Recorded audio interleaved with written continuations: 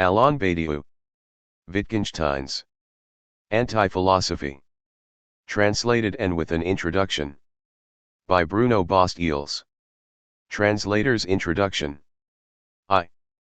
In an earlier version of the first of the two essays that make up this short book, Alain Badiou sets the scene and tone of his analysis of Ludwig Wittgenstein's Antiphilosophy by borrowing a brief anecdote from Jacques-Alain Miller, the son-in-law and official editor of another great modern anti-philosopher, Jacques Lacan.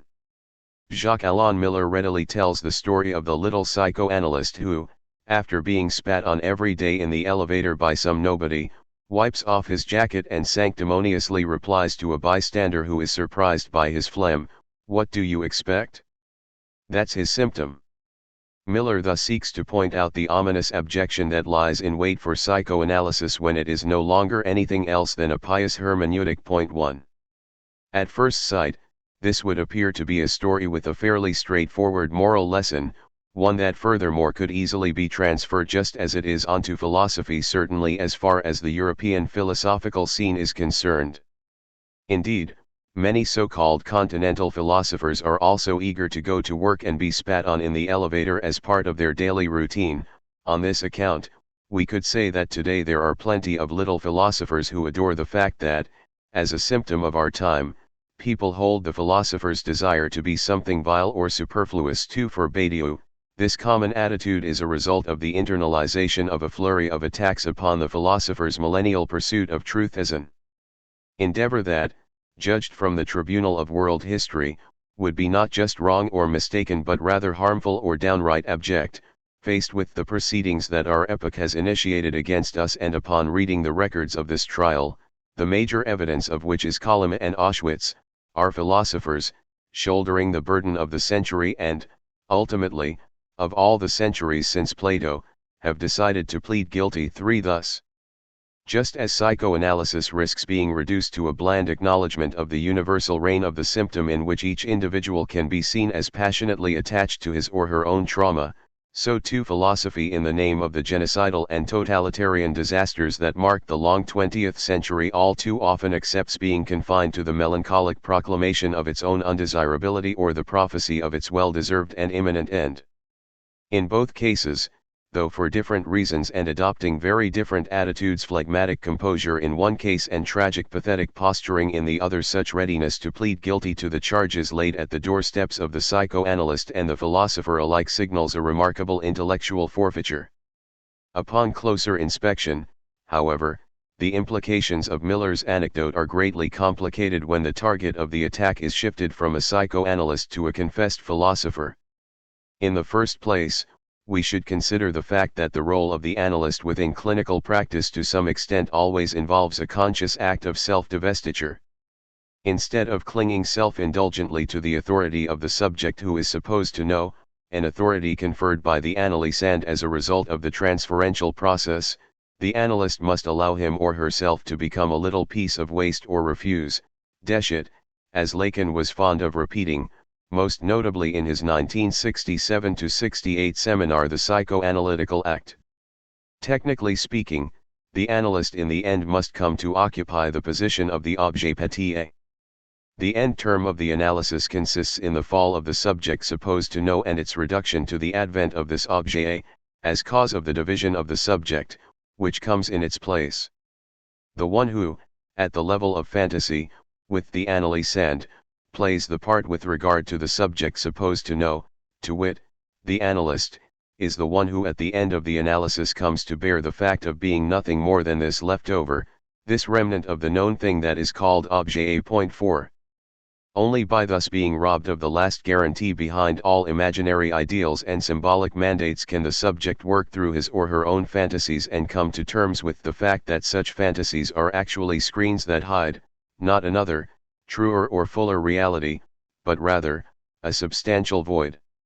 Unlike what might be the case for a philosopher, for an analyst to allow him or herself to be spat on in this sense does not fundamentally undermine the premises and aims of the psychoanalytical process, it merely gives this process a too physical, almost comical interpretation while ridding it of the sustained clinical practice that is supposed to assure the analyst's self-effacing act. Even if we assume that the spitter in the elevator is actually not a nobody but someone who has undergone or is currently undergoing clinical analysis, the problem is really with the analyst who is seen as giving up all too quickly on his desire, to the point where psychoanalysis, which is supposed to be a radical practice and potentially an even more radical theory of the intervening subject, is indeed reduced to the level of a pious hermeneutic. Today, of course, there is no shortage of thinkers, Slavoj Žižek being one of the most outspoken among them, who would claim that philosophy itself entails a very similar act of radical subjective destitution. The hyperbolic doubt that leads to the assertion of the Cartesian cogito, especially, would be a direct precursor to the subject's self-divestiture found in Lacan's psychoanalysis. And, in fact, Badiou himself reminds us, in Being and Event, that Lacan's programmatic return to Freud was doubled by a call for a return to Descartes. What localizes the subject is the point at which Freud can only be understood within the heritage of the Cartesian gesture, and at which he subverts, via dislocation, the latter's pure coincidence with self, its reflexive transparency, explains Badiou. He continues. The subject thus finds itself X-centered from the place of transparency in which it pronounces itself to be, yet one is not obliged to read into this a complete rupture with Descartes. Lacan signals that he does not misrecognize that the conscious certitude of existence, at the center of the cogito, is not immanent, but rather transcendent. Transcendent because the subject cannot coincide with the line of identification proposed to it by this certitude. The subject is rather the latter's empty waste. 5. Thus, assuming something that may be far from evident despite its being a common presupposition, including in Badiou's work, namely, that Descartes stands for the quintessential modern philosopher to whom Pascal can then be the corresponding anti-philosopher, we would be justified in extending the scope of our anecdote so as to examine the contemporary destiny of philosophy in its light. However, no sooner do we try to imagine that today's philosophers, too, frequently allow themselves to be spat on than we must also recognize the fact that, among those lining up to do the spitting, psychoanalysts are often to be found at the head of the queue. After all, it belongs to Lacan to have revived the 18th-century term anti-philosophy for the purpose of defining the relation of his view of the Freudian field to what has traditionally been handed down to us as philosophy since at least Plato. I rise up in revolt, so to speak, against philosophy. What is sure is that it is something finite and done with. Even if I expect some rejects to grow out of it, such regrowths are common enough with finite things. 6. This anti-philosophical animosity, which is commonly found among psychoanalysts together with a fair amount of plain anti-academicism, creates a second complication for any self-professed philosopher who would wish to borrow the anecdote from Miller. 7. Following in Freud's footsteps, Lacan in fact considers philosophy a form of psychosis. More specifically, philosophy is seen as a discourse of mastery based upon the complete disavowal of the fact of symbolic castration. Philosophy, as love of truth, presupposes that there is such a thing as a full order of being not only as that which, throughout the history of metaphysics, is said to be the same as thinking, but also as that which, in an almost hallucinatory manner, does all the speaking for the philosopher, without any lack or discontinuity. What is the love of truth? It's something that mocks the lack in being manque d'être of truth. We could call this lack in being something else the lack of forgetting, which reminds us of its existence in formations of the unconscious. This is nothing of the order of being, of a being that is in any way full.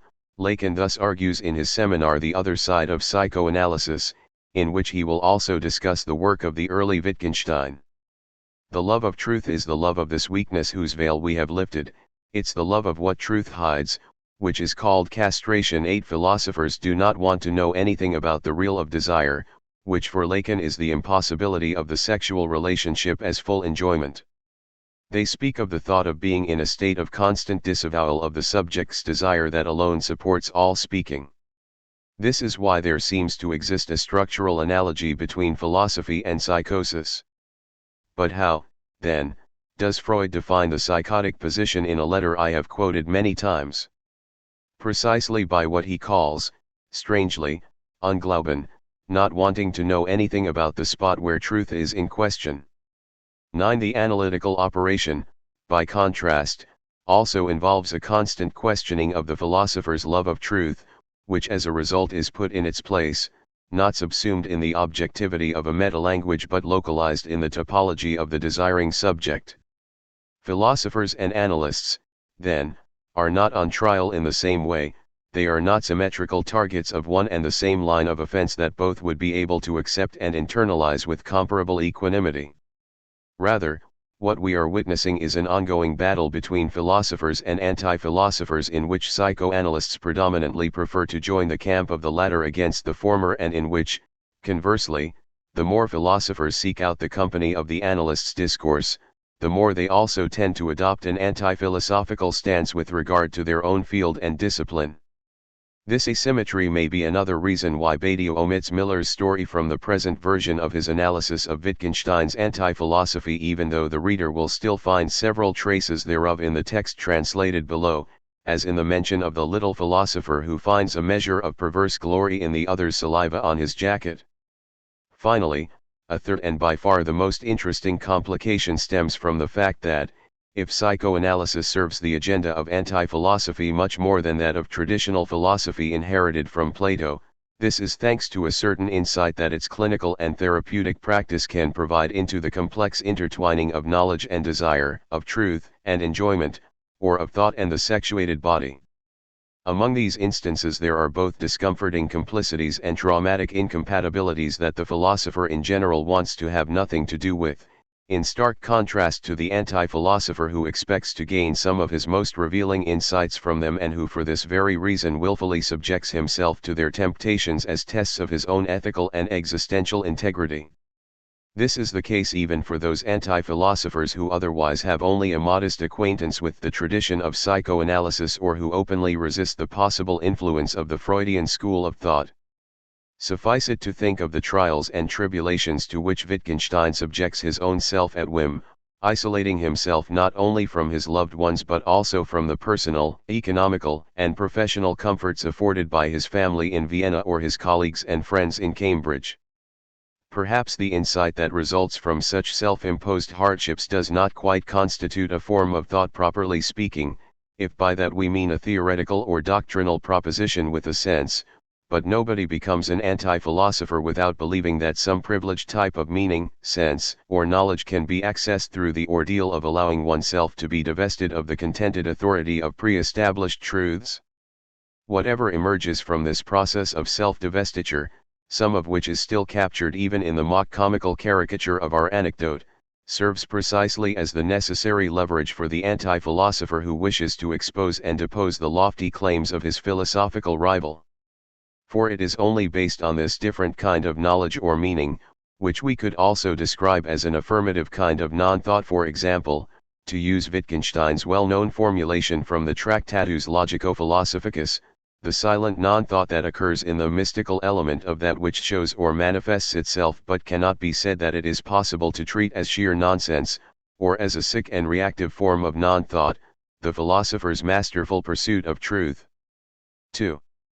Badiou's interest in the figure of the anti-philosopher is actually a fairly belated affair. Point 10 if, beginning in 1992, he devotes his seminar at the École Normale Supérieure in Paris to year-long investigations of four major anti-philosophers: Nietzsche, 1992-93, Wittgenstein, 1993-94, Lacan, 1994-95, and St. Paul, 1995-96.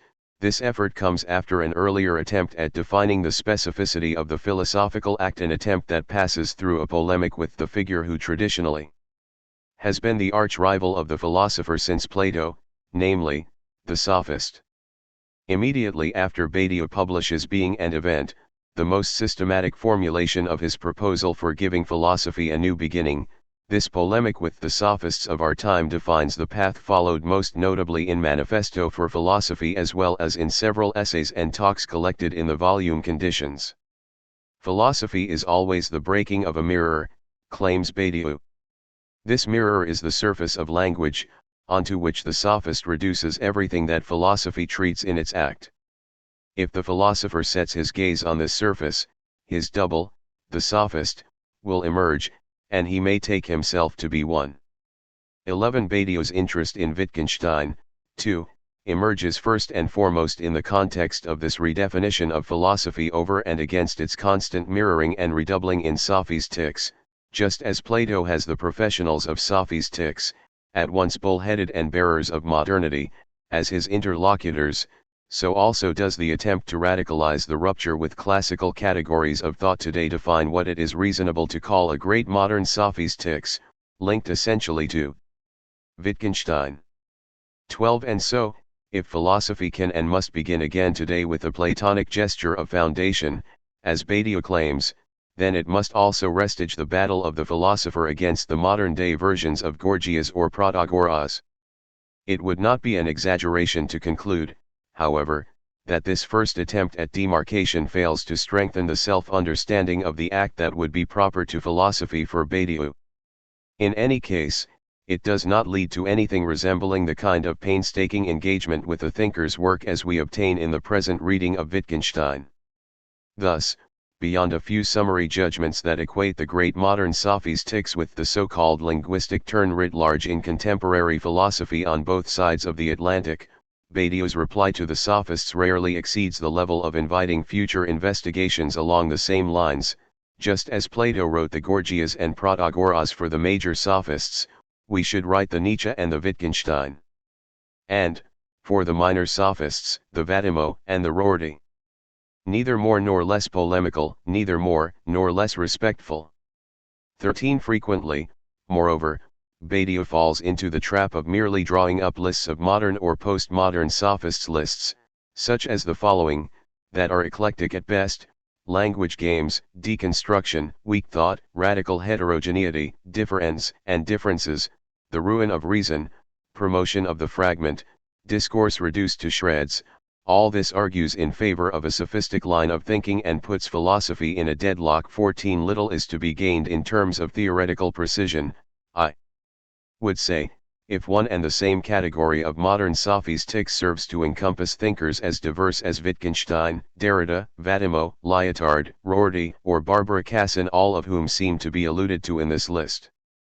Finally, in the particular case that concerns us in the following pages, this venting of antisophistic rage loses track of the important differences between the earlier and the later Wittgenstein. Who are the modern sophists? Asks Badiou in an essay from Conditions, also included in the English translation of Manifesto for Philosophy, before answering with a definition of modern sophistics that is almost entirely limited to the terms specific to the Tractatus.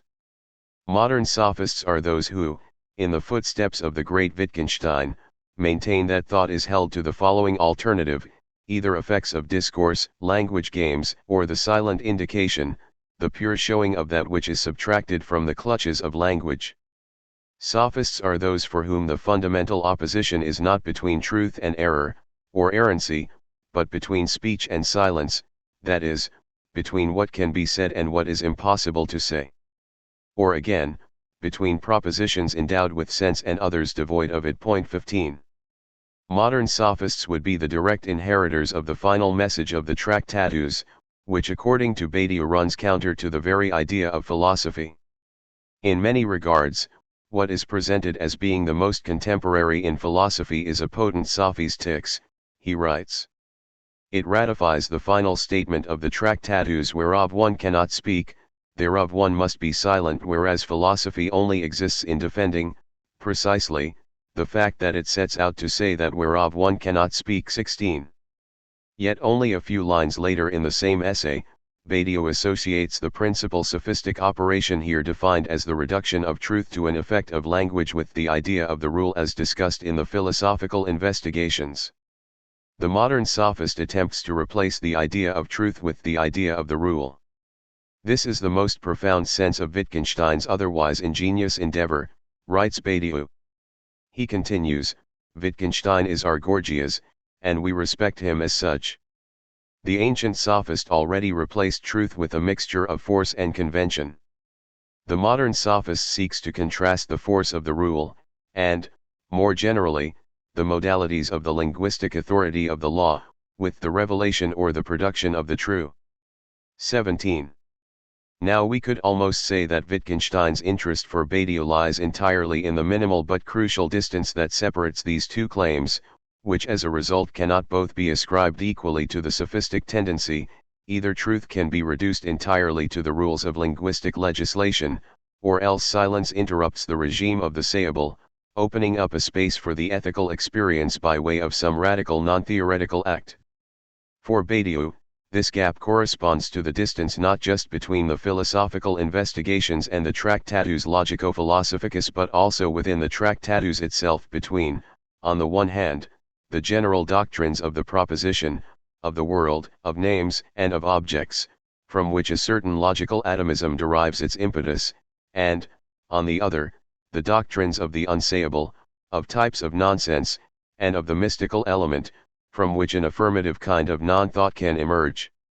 To capture this distance, though, requires that the study of the sophistic framework be supplemented with an analysis of the exact nature of anti-philosophy, as a result of which only the later Wittgenstein will appear to be a sophist, one who ends up proposing a kind of cultural anthropology centered on the irreducible diversity of language games and forms of life, the further over which is not really one, since Wittgenstein had the good taste not to publish or finish any of its slides from Anti-Philosophy into Sophistry.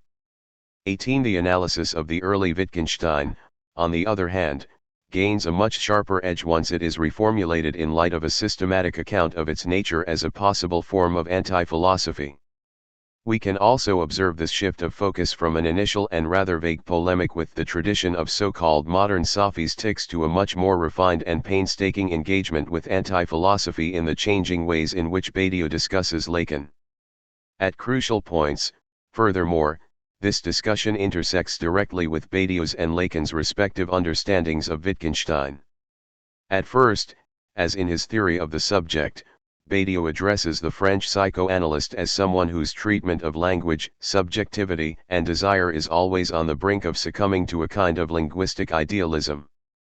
What Lacan has to offer would constitute at best a structural dialectic, one that for all its materialist insistence on the element of the real cannot resist the pull of a modern form of idealism in which language rather than God or human consciousness is assigned a constituent role.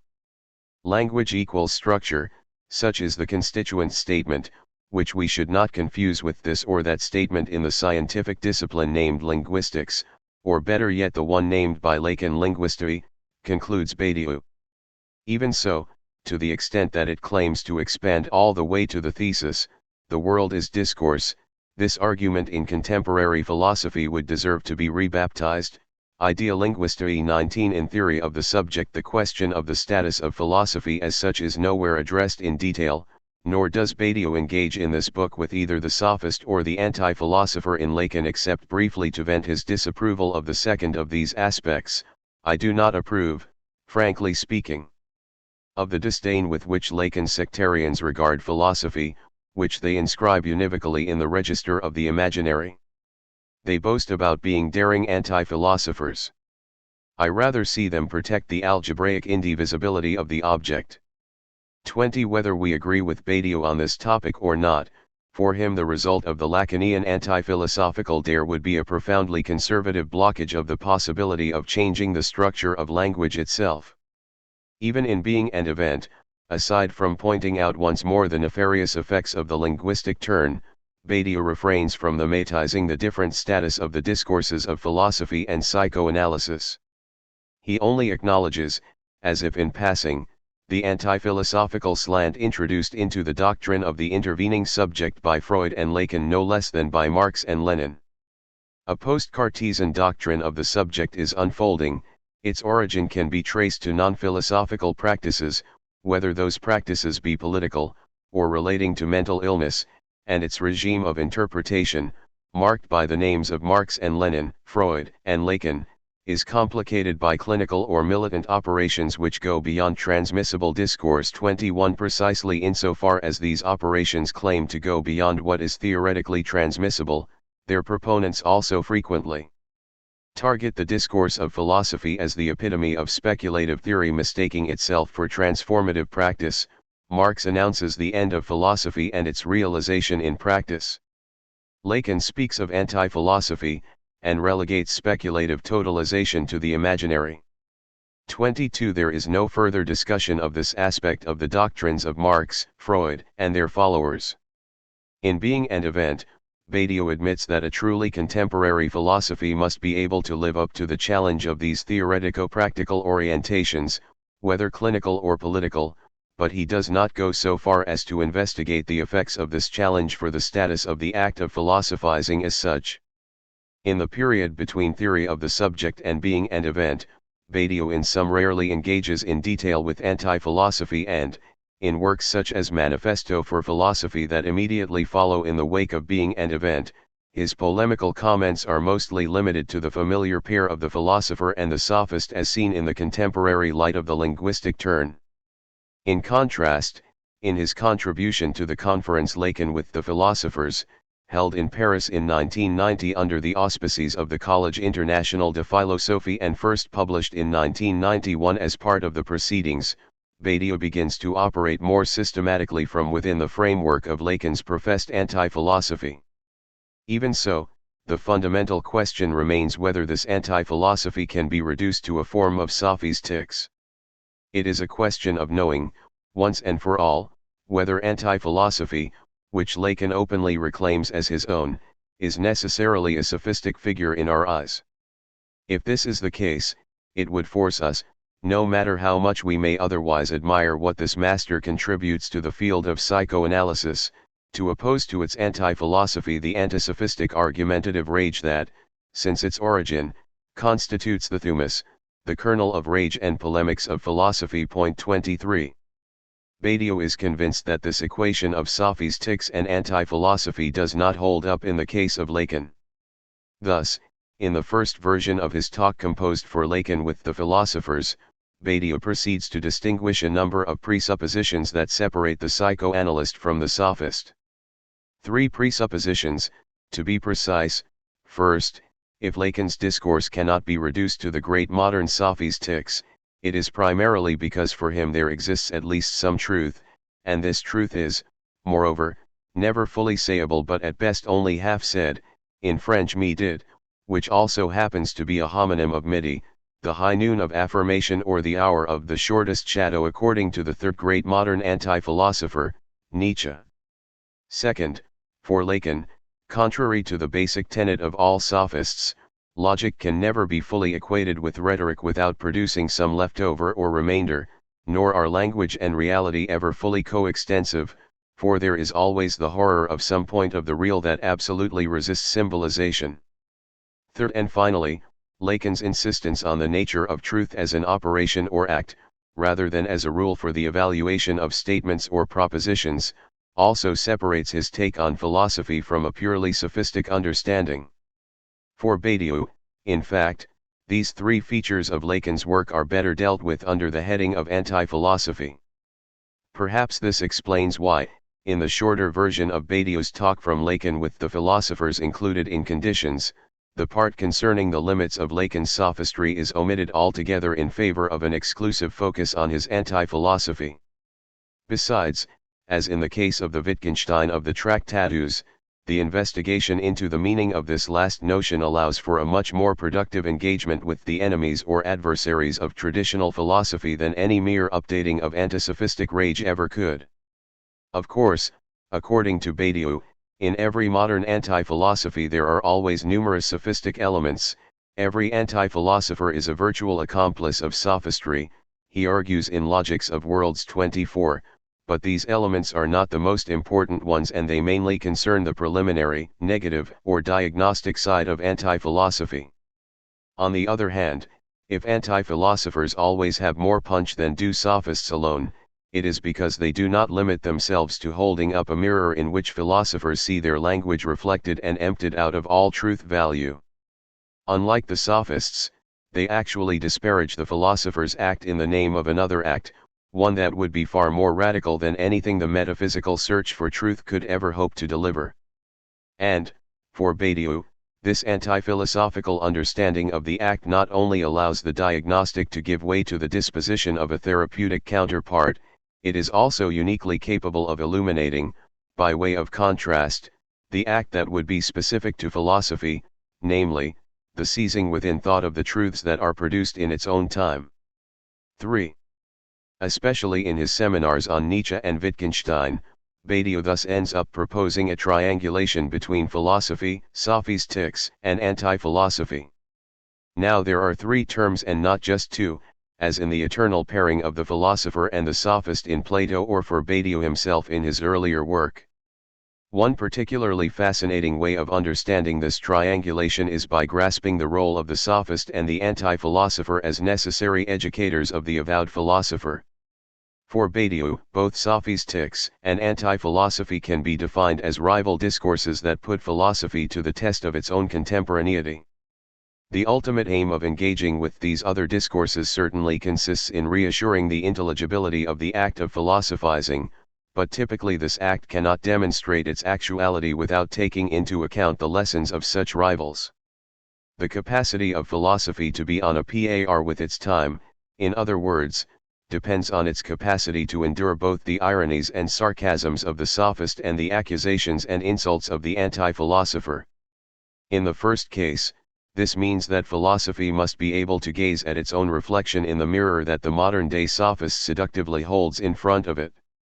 No matter how superficial, this reflection nonetheless serves as an indispensable reminder both of the fact that the philosopher's discourse is caught in a constant battle among competing stylistic and generic arrangements and of the fact that this discourse itself can only ever produce an empty concept of truth, or truth, without being able to produce any actual truths of its own.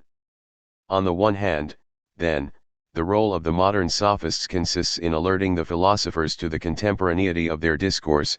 The great modern sophistics, linguistic, aestheticizing and democratic, exercises its dissolving function, examines impasses, and draws the picture of what is contemporary to us. It is just as essential for us as the libertine was to Blaise Pascal, it alerts us to the singularities of the time. 25. On the other hand, the function of the sophist is not just stylistic or aesthetic but also ethical in nature. Were it not for the verbal justing matches with their rhetorical double that remind them of the emptiness of their conceptual operators, philosophers might believe themselves capable of producing some substantive truths of their own, whereas truths can only come to them from the outside, namely, from the non-philosophical practices such as science or art or politics that are the material conditions of philosophy. The figure of the sophist is at all times required if philosophy is to maintain its ethics, Badiou thus warns. Because the sophist is the one who reminds us of the emptiness of the category of truth. 26. To ignore this reminder, by refusing to endure the sophist's company, always risks leading philosophy into the disastrous belief that it can redouble itself as its own condition and become a science, an art, or a politics all by itself. For Badiou, this is why the different guises of the sophist must at all times be acknowledged and taken up again and again as part of the self-definition of philosophy. The history of philosophy is the history of its ethics. It consists in the succession of violent gestures through which philosophy is withdrawn from its disastrous redoubling. To put it another way, philosophy in its history is but a desubstantialization of truth, which is also the self-liberation of its act. 27. Where, then, lies the difference? If, rhetorically or discursively, philosophy and sophistry are indiscernible mirror images of one another, where lies the source of their fierce dialectical strife over questions of language, being, meaning, and truth? According to Barbara Cassin, a major expert in the tradition of classical sophistics and a close collaborator of Badiou, this battle concerns nothing less than the fundamental orientation of thought, what she calls the decision of sense from the ancients all the way to the moderns and postmoderns. This is the decision between the following two options: either language is seen as possessing a univocal sense capable of capturing being in the discourse of ontology as the science of being qua being, or else language is equivocal from beginning to end, but then the discourse of metaphysics, or ontology, must be replaced with a generalized sophistics, or logology, in which there is no being except what the fictions of language have the power to create. For Cassin, Aristotle is the founding figure behind the metaphysical orientation, whereas she sees Democritus as inaugurating the sophistic playfulness that reaches a well-nigh unreadable climax in Lacanian texts such as THIRD-WORLDISM. Upon this reading, the French psychoanalyst thus appears first and foremost as a sophist who confronts us with the decision of sense. Here is how Cassin defines the fundamental choice. On the side of philosophy, the sense of a word, given in its definition, says the essence of the thing, and this is why there cannot not be univocity, a man is a man. On the side of Lacan, the unique sense, the one sense, is unsense, that is to say the deprived of sense. Homophony always already enacts the equivocal, or again, it is signification, but not sense. There is only sense that is equivocal and that is called absense, escape from the Aristotelian norm of sense. 28. If the philosopher always needs the sophist as an adversary, it is because the univocity of sense cannot be proven except negatively, by pointing out the contradiction that emerges as soon as one attempts to make any assertion at all that would deny it. In fact, were we to list all the adversaries whose performative contradiction has been put to the advantage of philosophy in this particular manner, from Plato and Aristotle all the way to Jürgen Habermas and Karl Otto Apel, it would turn out that sophists actually have been the protagonists of another understanding of philosophy, but one whose origins still lie in ancient Greece. Cassin's overarching aim in recognizing the protagonism of sophistics is to give the history of philosophy a different beginning by reverting the decision of sense away from the principle of univocity and back to linguistic equivocation. Unlike what happens in Heidegger's history of metaphysics but in a similarly ambitious vein, this other beginning invites us to move not from Plato to the pre-Socratics but rather from Aristotle to Democritus, Gorgias, or Protagoras. We could say that Cassin attempts a synthesis between Heidegger, there is indeed a Greek inception that destines and traverses us, and the linguistic turn, everything is language, and the philosophy closest to the real is a general rhetoric. It is as the hero of the synthesis that Gorgias challenges the hegemony of Parmenides. 29. For Badiou, the philosopher certainly cannot ignore the power of seduction of the sophist's plea in the struggle between ontology and logology.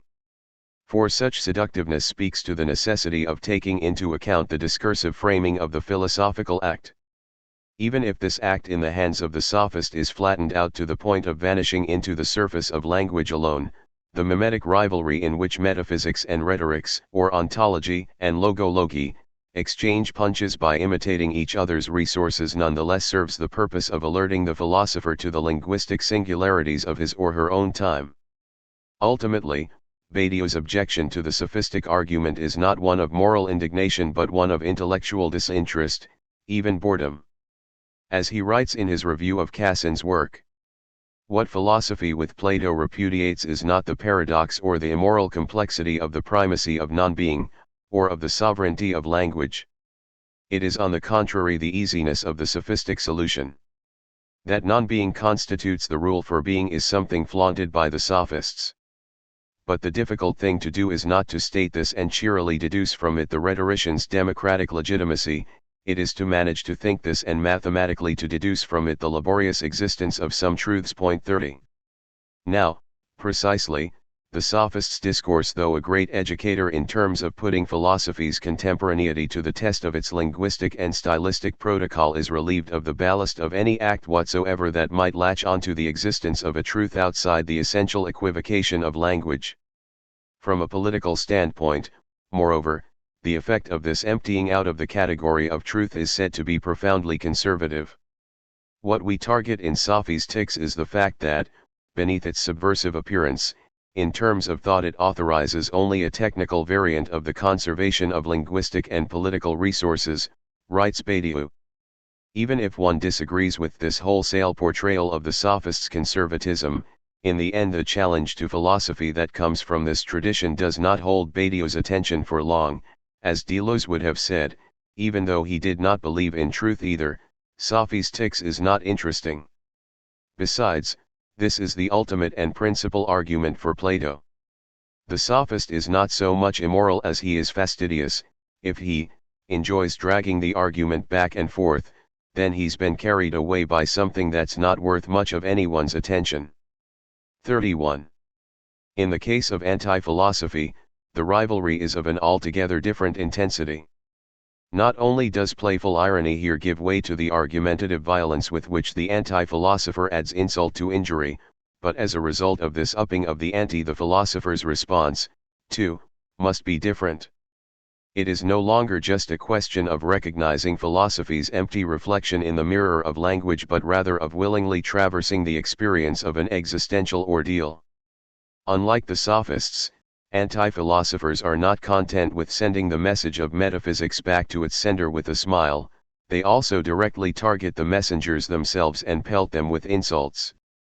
And why should we always bless the abuse heaped upon us philosophers? Badiou wonders out loud. Pascal declares us useless and uncertain, Nietzsche denounces each one of us as the criminal of criminals, Wittgenstein assumes that our propositions and questions are uniformly nonsensical, and Lacan, hilariously, proposes to replace ontology with hauntology. And then should we turn to our advantage this flagrant attempt to discredit philosophy once and for all? 32. Here too, though, the invectives contain valuable lessons for thinking through the specificity of the philosophical act. Thus, just as Lacan is an indispensable educator for any philosophy that seeks to be truly contemporary, so too Badiou proposes to see in Wittgenstein a hero whose cause should not be lost on the philosopher. Lacan appointed himself as the educator of all future philosophers.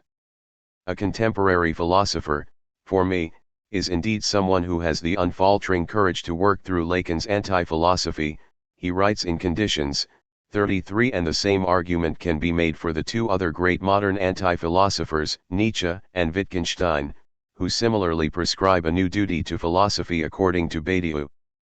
Anti-philosophy is always what, at its very extremes, states the new duty of philosophy, or its new possibility in the figure of a new duty. I think of Nietzsche's madness, of Wittgenstein's strange labyrinth, of Lacan's final muteness. In all three cases anti-philosophy takes the form of a legacy. It bequeaths something beyond itself to the very thing that it is fighting against. Philosophy is always the heir to anti-philosophy. 34. The reason why this second rival discourse seems so much more interesting to the philosopher is that, whereas the sophist puts in place a generalized mimetics from which all notions of the act of seizing truths have been subtracted, the anti-philosopher denounces the philosophical act in the name of another act, which puts the philosopher on alert in a unique way as to the occurrences in art or politics or science that define the contemporary moment. In order to unmask the philosophical seizing of truth as a nefarious subterfuge, anti-philosophers grab hold of the materials of their time with the claim that their treatment of these materials is capable of outperforming the philosophers on all counts. Faced with a scientific invention, an artistic creation or a political experiment, they do not turn these materials toward eternity as universal ideas but rather absorb their singular force into the protocols of their own understanding of the act.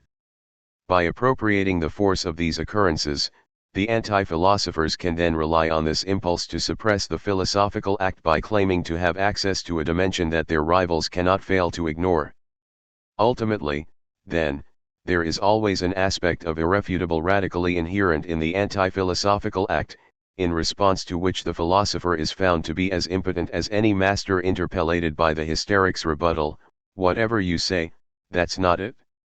However, just as psychoanalysis begins by listening to the hysteric's discourse, so too philosophy can strengthen its contemporary possibility by listening to the insults and provocations of the anti-philosopher, who puts it in touch with the events of its time.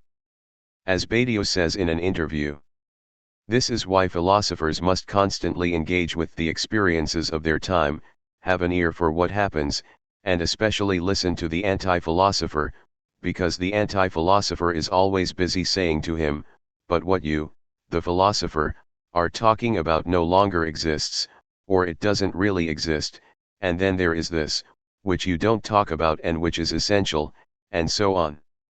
That is a real convocation to one's time. 35. In this race against time, the anti-philosopher may well occupy the position of the tortoise, whom no philosophical Achilles will ever be able to overtake. But for Badiou this does not make it any less urgent to listen to the voice of the anti-philosopher. The anti-philosophical act may not only seem to have won out in advance in this rivalry with the philosopher, it can also present itself as more radical than any of the scientific, artistic, or political events from which it appropriates the force of its radical impulse.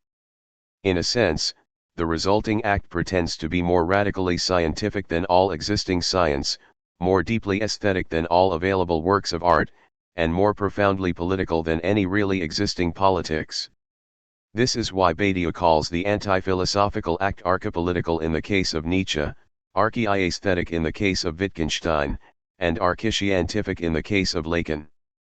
This does not mean that Nietzsche, Wittgenstein, or Lacan would be the ultimate reference points if we wanted to capture the essence of our time in terms of politics, art, or science. In fact, at least in the cases of Nietzsche and Wittgenstein, Badiou notes that for all their talk about politics and aesthetics, their knowledge of the actual events that occur in these domains is actually fairly limited, if not purely anecdotal. This is why an important conceptual distinction must be introduced between the nature of the act, on the one hand, and the subject matter, the materials, or the bias from the point of which the act presents itself, on the other. A large part of Badiou's investigation into the nature of anti-philosophy centers precisely on the tension between these two aspects, the act and the subject matter, between which there is strange relation of disconnection and traversal. For the three major anti-philosophers, this distinction can be elaborated as follows. In Nietzsche's case, the subject matter is art and aesthetics, above all, Wagner, but the act is archipolitical. In Wittgenstein's case, the subject matter is logic and mathematics, above all, Freya and Russell, but the act is archi-aesthetic. In Lacan's case, the subject matter is the stuff of love and desire, above all, after Freud, but the act is archi-scientific. Even though the subject matter defines the ostensible interests of the anti-philosopher, Badiou argues that this is not where the singular force of the act can be located. In the case of Wittgenstein, for example, the anti-philosopher certainly devotes the bulk of his work to the investigation of logic and mathematics, whereas his comments about art, music, or the novels of Dostoevsky and Tolstoy, for example, are indeed very limited in comparison. Even so, the act or activity that Wittgenstein's anti-philosophy posits as the main point of leverage against the sinful nonsense of inherited philosophy can be said to be of an aesthetic, or archi-aesthetic, nature. In sum, whereas the rivalry with sophistics confronts the philosopher with the mimetics of a discursive protocol that puts philosophy in touch with the linguistic singularities of its time, devoid of any act, the rivalry with anti-philosophy is rather one of act against act. There is always another, more radical act in regard to which the anti-philosopher maintains that there is a non-philosophical truth of the philosophical category of truth. For Badiou, no contemporary philosophy is possible without traversing this challenge, since sophistics and anti-philosophy mark precisely the field in which this contemporaneity is determined. 4. In several sessions from his unpublished seminar on Wittgenstein, Badiou illustrates this triangulation between philosophy, sophistics, and anti-philosophy by discussing two older but still insightful readings of Wittgenstein, namely, Jacques Lacan's session of January 21, 1970 in his seminar The Other Side of Psychoanalysis, and Richard Rorty's Keeping Philosophy Pure, an essay on Wittgenstein, first published in 1976 and reissued as part of the collection of essays Consequences of Pragmatism. These interpretations provide useful counterpoints to the one Badiou presents here insofar as he introduces Rorty's take on Wittgenstein as that of a sophist, whereas Lacan reads Wittgenstein in a resolutely anti-philosophical key. Badiou's own aim is to carve out a path down the middle, with a philosophical reading of anti-philosophy that is equally distant from yet equally engaged with the other two, the sophistic and the anti-philosophical. Regardless of the label we wish to affix to their respective positions, what is most striking in this confrontation is the fact that both Rorty and Lacan completely agree that the Wittgenstein of the Tractatus in the end remains too much of a philosopher. The difference is that for Rorty, as for many readers of the American Wittgenstein, including Stanley Cavell, the philosophical investigations provide us with a potential way out of this impasse, whereas Lacan, much like Badiou, prefers to dwell precisely on the impasses of the early Wittgenstein, whom he reads as possessed with a remarkable psychotic ferocity from which psychoanalysis still has a great deal to learn if it wants to live up to its anti-philosophical ambition. For Rorty, the strength of Wittgenstein's later work, exemplified in the enormous impact the philosophical investigations have had and continue to have, lies in the fact that he does not propose an alternative solution for the typical problems of philosophy transmitted from Plato to Descartes to Kant, even up to and including the Tractatus. As such, the later Wittgenstein would fall in line with the broadly understood pragmatist orientation of thought shared with the likes of John Dewey. I want to argue that the later Wittgenstein belongs with Dewey as much as the earlier Wittgenstein belongs with Kant, that Dewey's debunking of traditional notions of philosophy, and his attempt to break down the distinctions between art and science, philosophy and science, art and religion, morality and science, are a natural outcome of Wittgenstein's critique of the Cartesian tradition, explains Rorty. In this account, philosophy is defined as one literary genre or cultural tradition among others, one that furthermore may have outlived its usefulness or that nowadays in any case lies before us ready to wither away. On Dewey's view, philosophy as what is common to Plato, Kant, and the Tractatus is, indeed, a distinctive cultural tradition, but it is not a folk, though its study is. Philosophy in a broader sense, roughly, the sort of writing which generalizes so sweepingly that one has no other compartment for it, is something else, but it is not a folk either. No folk, no metaphilosophical problems about its subjects and methods, so no dilemmas of the sort I have been running through. Instead of spending more valuable time searching for some necessary first ground, whether in the order of things, in the faculties of the mind, or finally in the general form of language, it would be better to abandon the yearning for conceptual necessity altogether. To stop using the concept of necessity would be to cease to try to keep philosophy pure, but that attempt, I think, has cost us too much waste motion already. 36. Rorty's cost-efficiency analysis in the final instance converts the anti-philosopher into the proponent of a post-philosophical culture. By the latter is meant a study of the comparative advantages and disadvantages of the various ways of talking which our race has invented, and which is closer to literary or cultural criticism than to the ideal of philosophy as a pure science, for which Rorty reserves the capitalized noun philosophy. It looks, in short, much like what is sometimes called cultural criticism, a term which has come to name the literary, historical, anthropological, political merry-go-round that many thinkers, including the Wittgenstein of the Tractatus as well as those Wittgensteinians who seek to find in him the means to put philosophy on firm scientific grounds again as philosophy of language, wish to alight from in the hope of jumping from philosophy to philosophy. 37. For the recently deceased author of Consequences of Pragmatism, the whole point is precisely not to jump off but to stay as long as possible on the merry-go-round in question, without wishing to keep philosophy pure. In the eyes of Badiou, this pragmatist reading of Wittgenstein can be seen as the work of a sophist. It is a plea for an imminent cessation of philosophy, now reduced to being nothing more than a cultural tradition in the way it has been handed down to us from Plato. This cultural tradition loses its distinctiveness in the same movement in which any pretension to truth vanishes together with the role of science, in particular mathematics, as a privileged condition for philosophy. Science as the source of truth, a value which outranks the mere goodness of moral virtue and the mere beauty of art, is one of the Cartesian notions which vanish when the ideal of philosophy as strict science vanishes, concludes Rorty. Wittgenstein's resistance to science is, I believe, best interpreted as a resistance to the entire cultural tradition which made truth the successful crossing of the void which divides man from the world a central virtue. 38. To put an end to this tradition then demands the utter relaxation or loosening up of the philosopher's discourse, from which all strong remnants of the act of seizing truths must be released.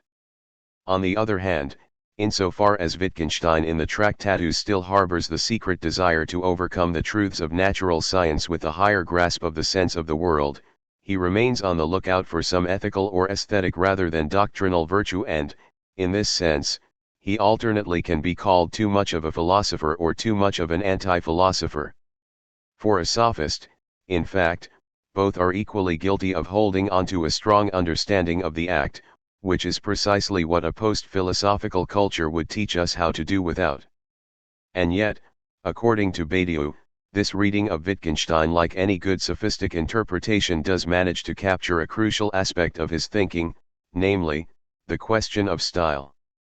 For instance, rather than see it as a backhanded attempt to return us to a purer form of philosophy, Rorty proposes that we read the Investigations as a superb example of literary satire.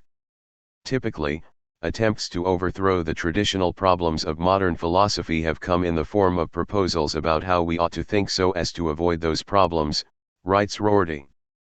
But this is precisely what the author of the Investigations does not do.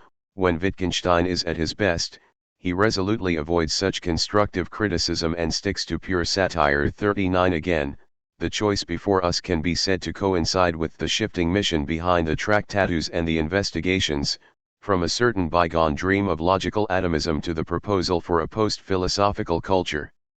Either Wittgenstein is showing how empirical means can be used to discover the limits of language, in which case philosophical error will be, of all things, a failure to gather enough facts, or he is somehow playing on our mixed feelings about the philosophical tradition, now in the manner of a satirist, now in that of a parlor psychoanalyst. 40 In all these instances, there can be no doubt that only the second option is productive in the eyes of Rorty. Wittgenstein's strength, which on this account consists in proposing a regime for the imminent cessation of philosophy, is inseparable from his work as a self-styled polemicist who gives up on the desire for the virtue of truth in all its variants. In this sense, he may well be an anti-philosopher, but one who is at his best when he no longer aims for any radical act whatsoever, or when there no longer exists any binding principle or axiom in a strong sense, only the fictive powers that comprise a rhetorical style.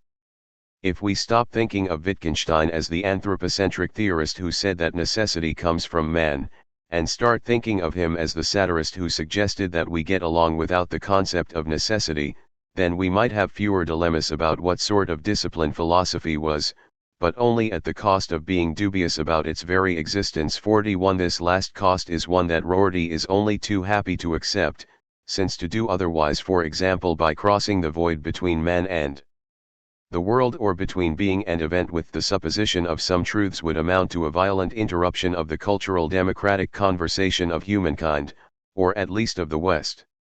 Whereas, in Rorty's view, Wittgenstein thus invites us to relax philosophy to the point of indistinction. In the other side of psychoanalysis, Lacan invokes the Tractatus as a jumping board from which to subject philosophy to an extreme tension. We can grasp something of the enormous difference in intensity between these two interpretations by contrasting Rorty's conclusion, which is an allusion to paragraph 133 of the Philosophical Investigations.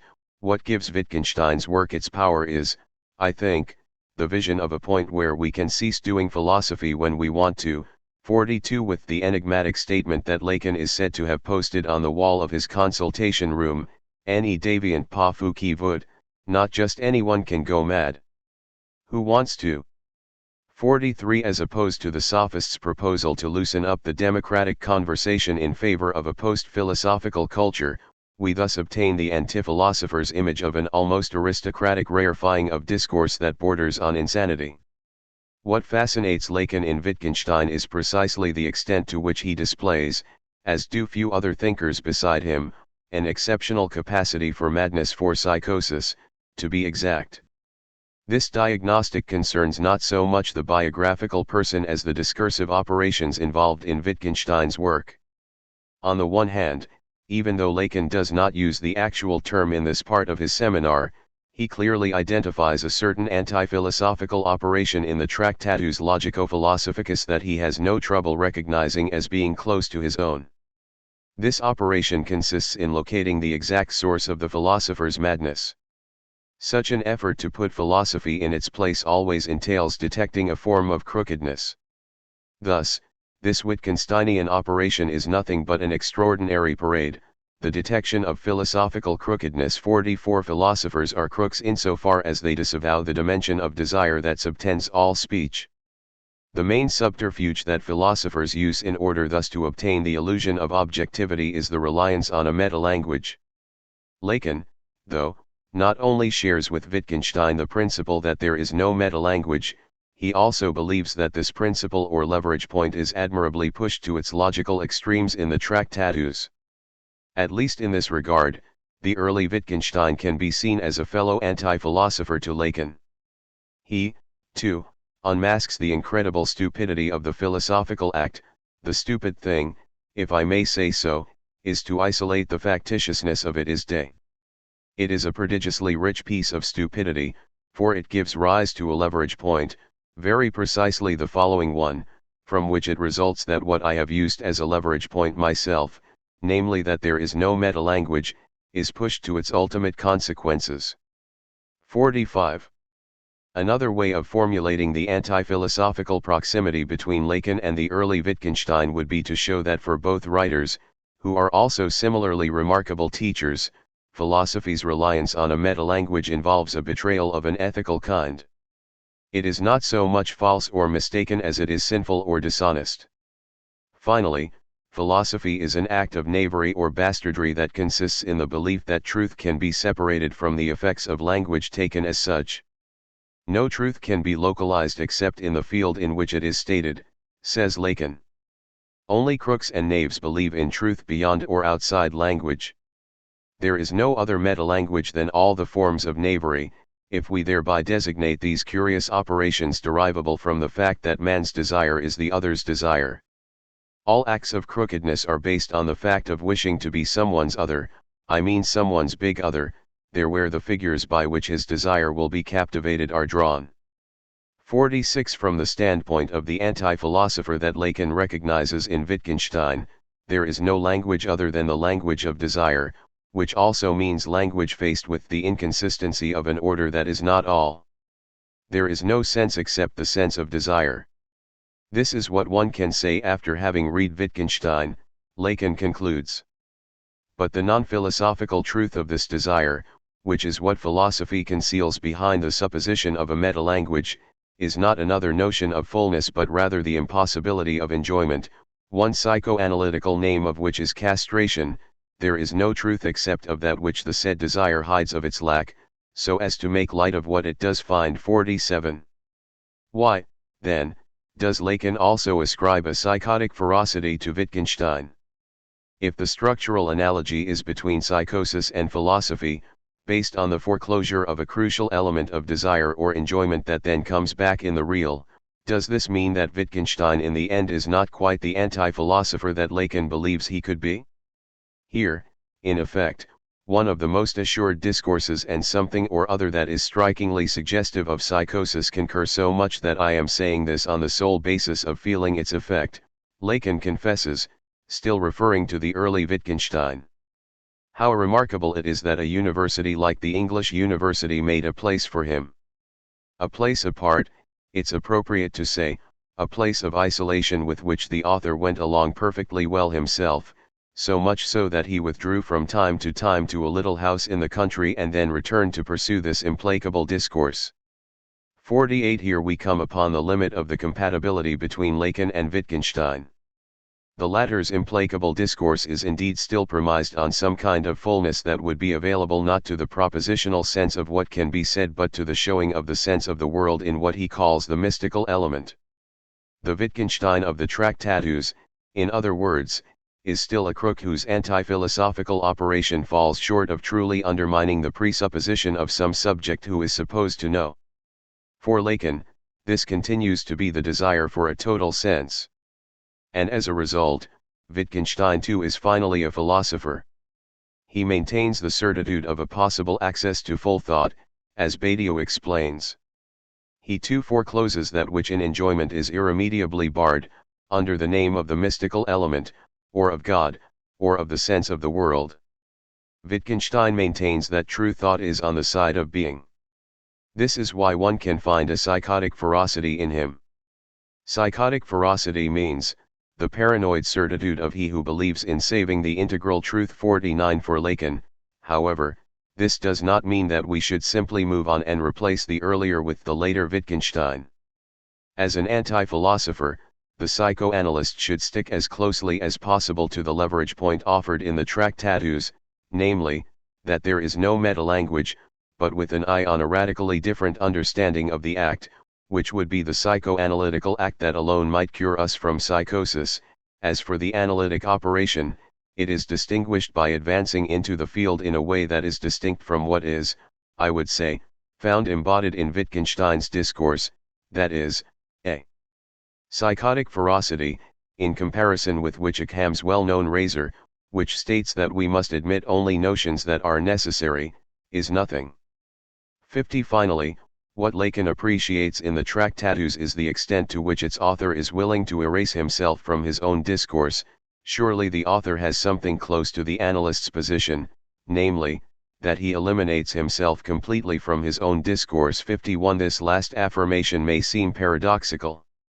Insofar as Wittgenstein concludes the Tractatus by reinserting himself as the ultimate referent of all of the book's propositions up to that point, which as a result appear to be as nonsensical as those of traditional philosophy, my propositions serve as elucidations in the following way.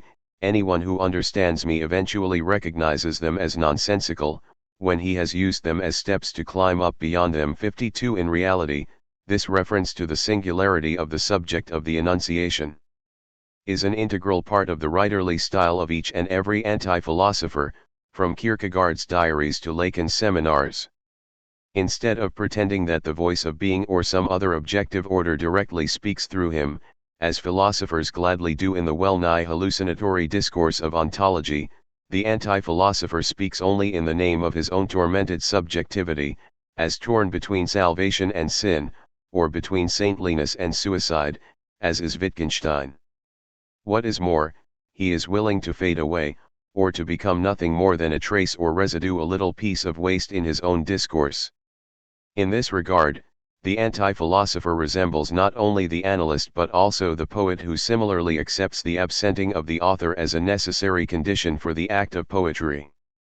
As Mallarmé writes, impersonified, the volume, to the extent that one separates from it as author, does not demand a reader, either.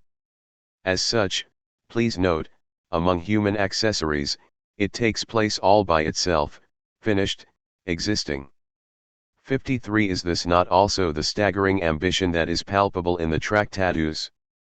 In the case of Wittgenstein, however, the operation of reducing the subject to a mere vanishing point that fades away into discourse does not go all the way down, at least not in the eyes of Lacan. In other words, the author of the Tractatus is not as radical or as insurrectionary an anti-philosopher as the psychoanalyst claims to be. In terms of our opening anecdote, we could say that Wittgenstein does not submit fully to the challenge of the other's spittle in the elevator. In his own terms, it is not exactly the subject but only his propositions that are allowed to drop completely, like the famous ladder after it has been climbed. And so, in light of this two-pronged settling of accounts, the following becomes the double task that Badiou is up against in his reading of Wittgenstein. He must first of all come to terms with the fact that, for a self-professed anti-philosopher such as Lacan, the Cambridge professor is still too much of a philosopher, whose prose shines forth with a streak of madness. And, second, he must also absorb the possibility that, for a pragmatist sophist such as Rorty, the later Wittgenstein is no longer a philosopher but perhaps just a polemicist, whose writing brilliantly, if also loosely, revitalizes the tradition of literary satire. The point is to grasp these two orientations in tandem and apply them to the Tractatus. Wittgenstein, the writer of genius, does indeed take whatever can be said about the world in logic or in natural science as the subject matter of this ambitious work, but from within the realm of the sayable that is thus exhaustively outlined, the ultimate aim of the operation is to traverse this material in the direction of a silent act or mystical element in which the psychoanalyst will have recognized the psychotic excess of an unsayable plenitude. V. Referring one last time to Miller's anecdote, we are now in a position to raise a set of concluding questions, all of which in a sense are prompted by a figure in the story that has not yet claimed our attention, namely, the bystander in the elevator who is surprised by the analyst's phlegm.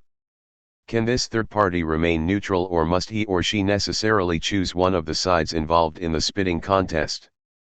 Those of us who lay no special claim to being either philosophers or anti-philosophers, for instance, are we by default bound to be treated as mere sophists, cultural relativists, or democratic materialists forever at the mercy of Badiou's unforgiving Platonism?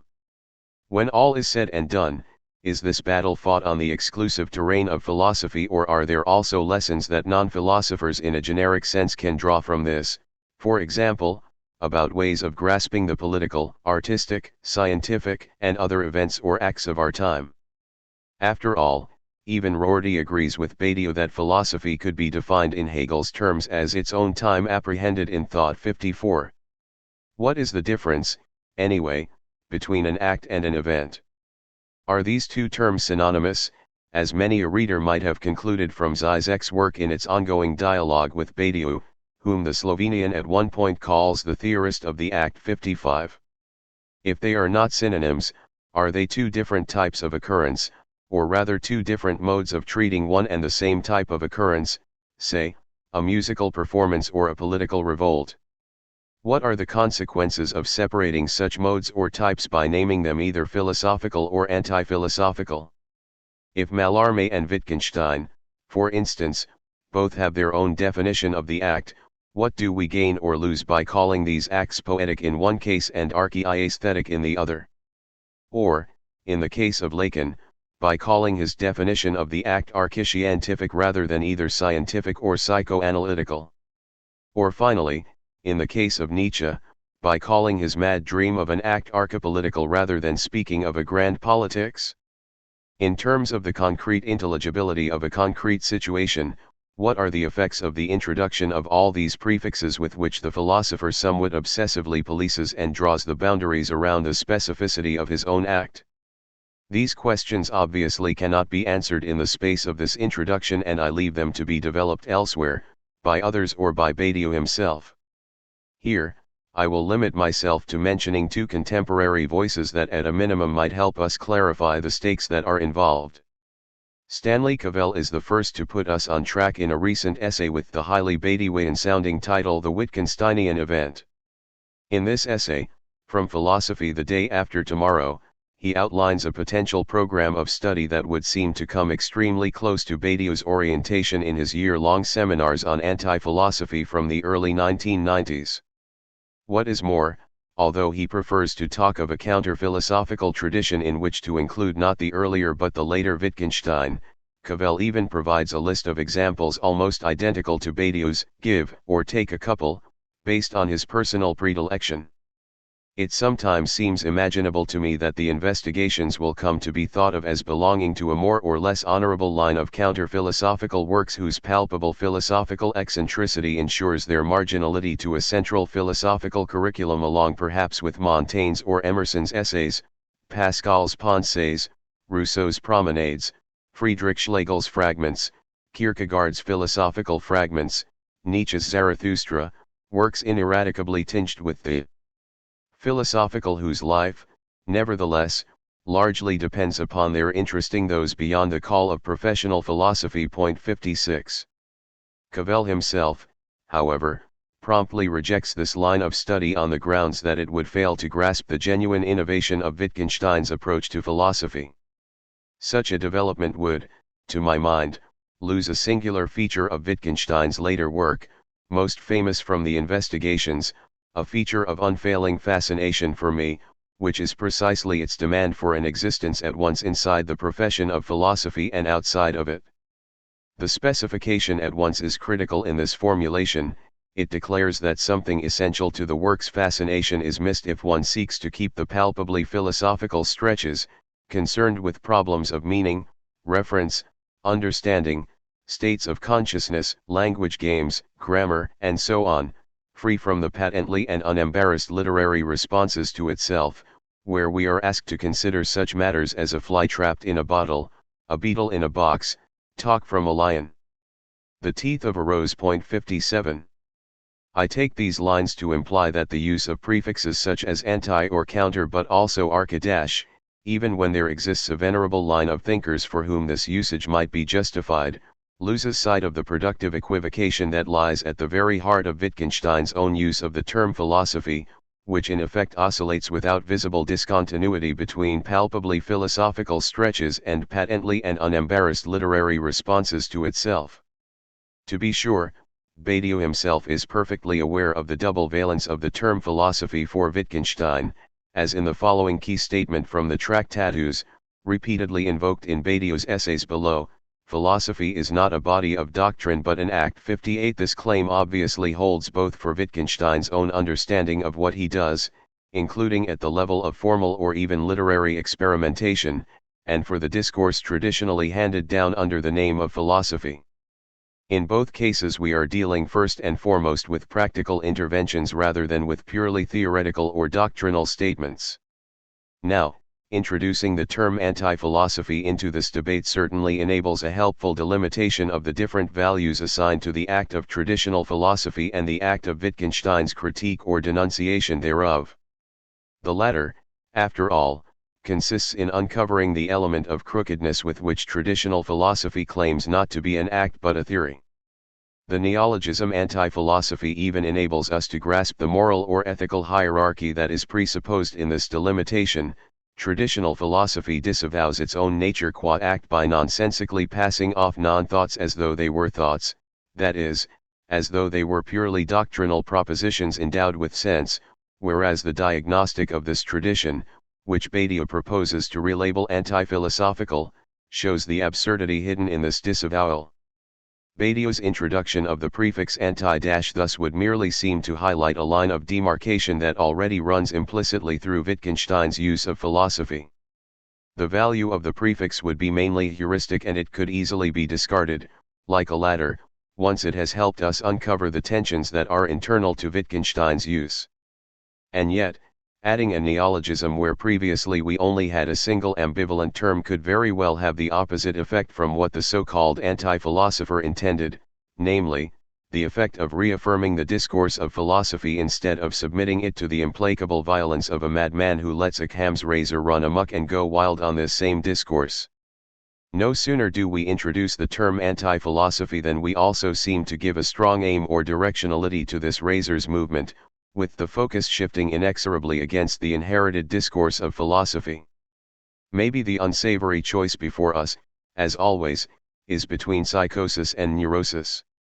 But this turning against philosophy can always be understood as a gearing up toward, if not a kneeling down before, the honorable tradition fathered by Plato or Parmenides. Barbara Cassin, in a set of preemptive answers to Badiou, gives voice to precisely this kind of objection. Philosophy will always already have won out over anti-philosophy as soon as it baptizes it anti, she writes, echoing something of Cavell's skepticism regarding the reconstruction of a counter-philosophical line of works. The philosophy/anti-philosophy binary will have been a pure product of philosophy, one that philosophy will present as always already having a structuring effect. It is this effect of always already, which authorizes the always already of being or of being, of truth or of truth, of the real or the real, that the second discourse, named anti-philosophy by philosophy, renders manifest. 59. However, as we saw earlier, the discourse of logology also relies on the effect of an always already, namely, the always already structuring effect of the equivocal language enacted in puns, homonyms, and so on. How, then, should the reader respond to this gigantomachia in which philosophers, sophists, and anti-philosophers always already seem to have gained the upper hand over their adversaries? The least one can do as a reader, I would propose, is measure the degree of rigor and commitment with which Badiou in his unpublished seminar and in the two essays that follow engages with the work of Wittgenstein. If, after that, the unsuspecting bystander in the elevator still wishes never to have gotten involved in the spitting contest to begin with, there is always the option of next time taking the stairs. Asterisk asterisk asterisk. Just one terminological note might be in order to explain the uses of non, sense and meaning in what follows. Whereas the German Sinn is easily translated in French as sens, in English this can be rendered both as sense and as meaning. In the existing English language translation of the Tractatus Logico-Philosophicus, sense is the commonly used rendering, but in many of Wittgenstein's well-known statements from letters and notebooks we also encounter expressions about life, the world, or God, for which his biographers Brian McGuinness and Ray Monk, profusely quoted by Badiou in their French translations, most often use meaning and not sense in English. Rather than changing quotations from the existing biographies, I have kept their rendering even at the cost of a slight terminological dissonance between sense and meaning, which is absent from the French where Badiou uses sense in all cases. Similarly, whereas in Germanic languages unsinn or nonsense can easily be turned into the adjective unsinnig or nonsensical, Etienne Balibar, on whose unpublished French translation of the Tractatus Badiou relies throughout this book, opts for the etymologically unrelated absurdity. I have restored this as nonsensical except where Badiou in his own paraphrases seems to use absurdity and even the noun absurdite, not as technical but as generic terms. To translate Badiou's common paraphrases dépourvu de sens and doué de sens, I have opted for the symmetrical devoid of sense and endowed with sense. Finally, some Wittgensteinians have tried to decipher whether there is a significant difference between unsinnig and sinnlos, here rendered as nonsensical and senseless. But this distinction does not seem to carry much analytical weight in Badiou's interpretation.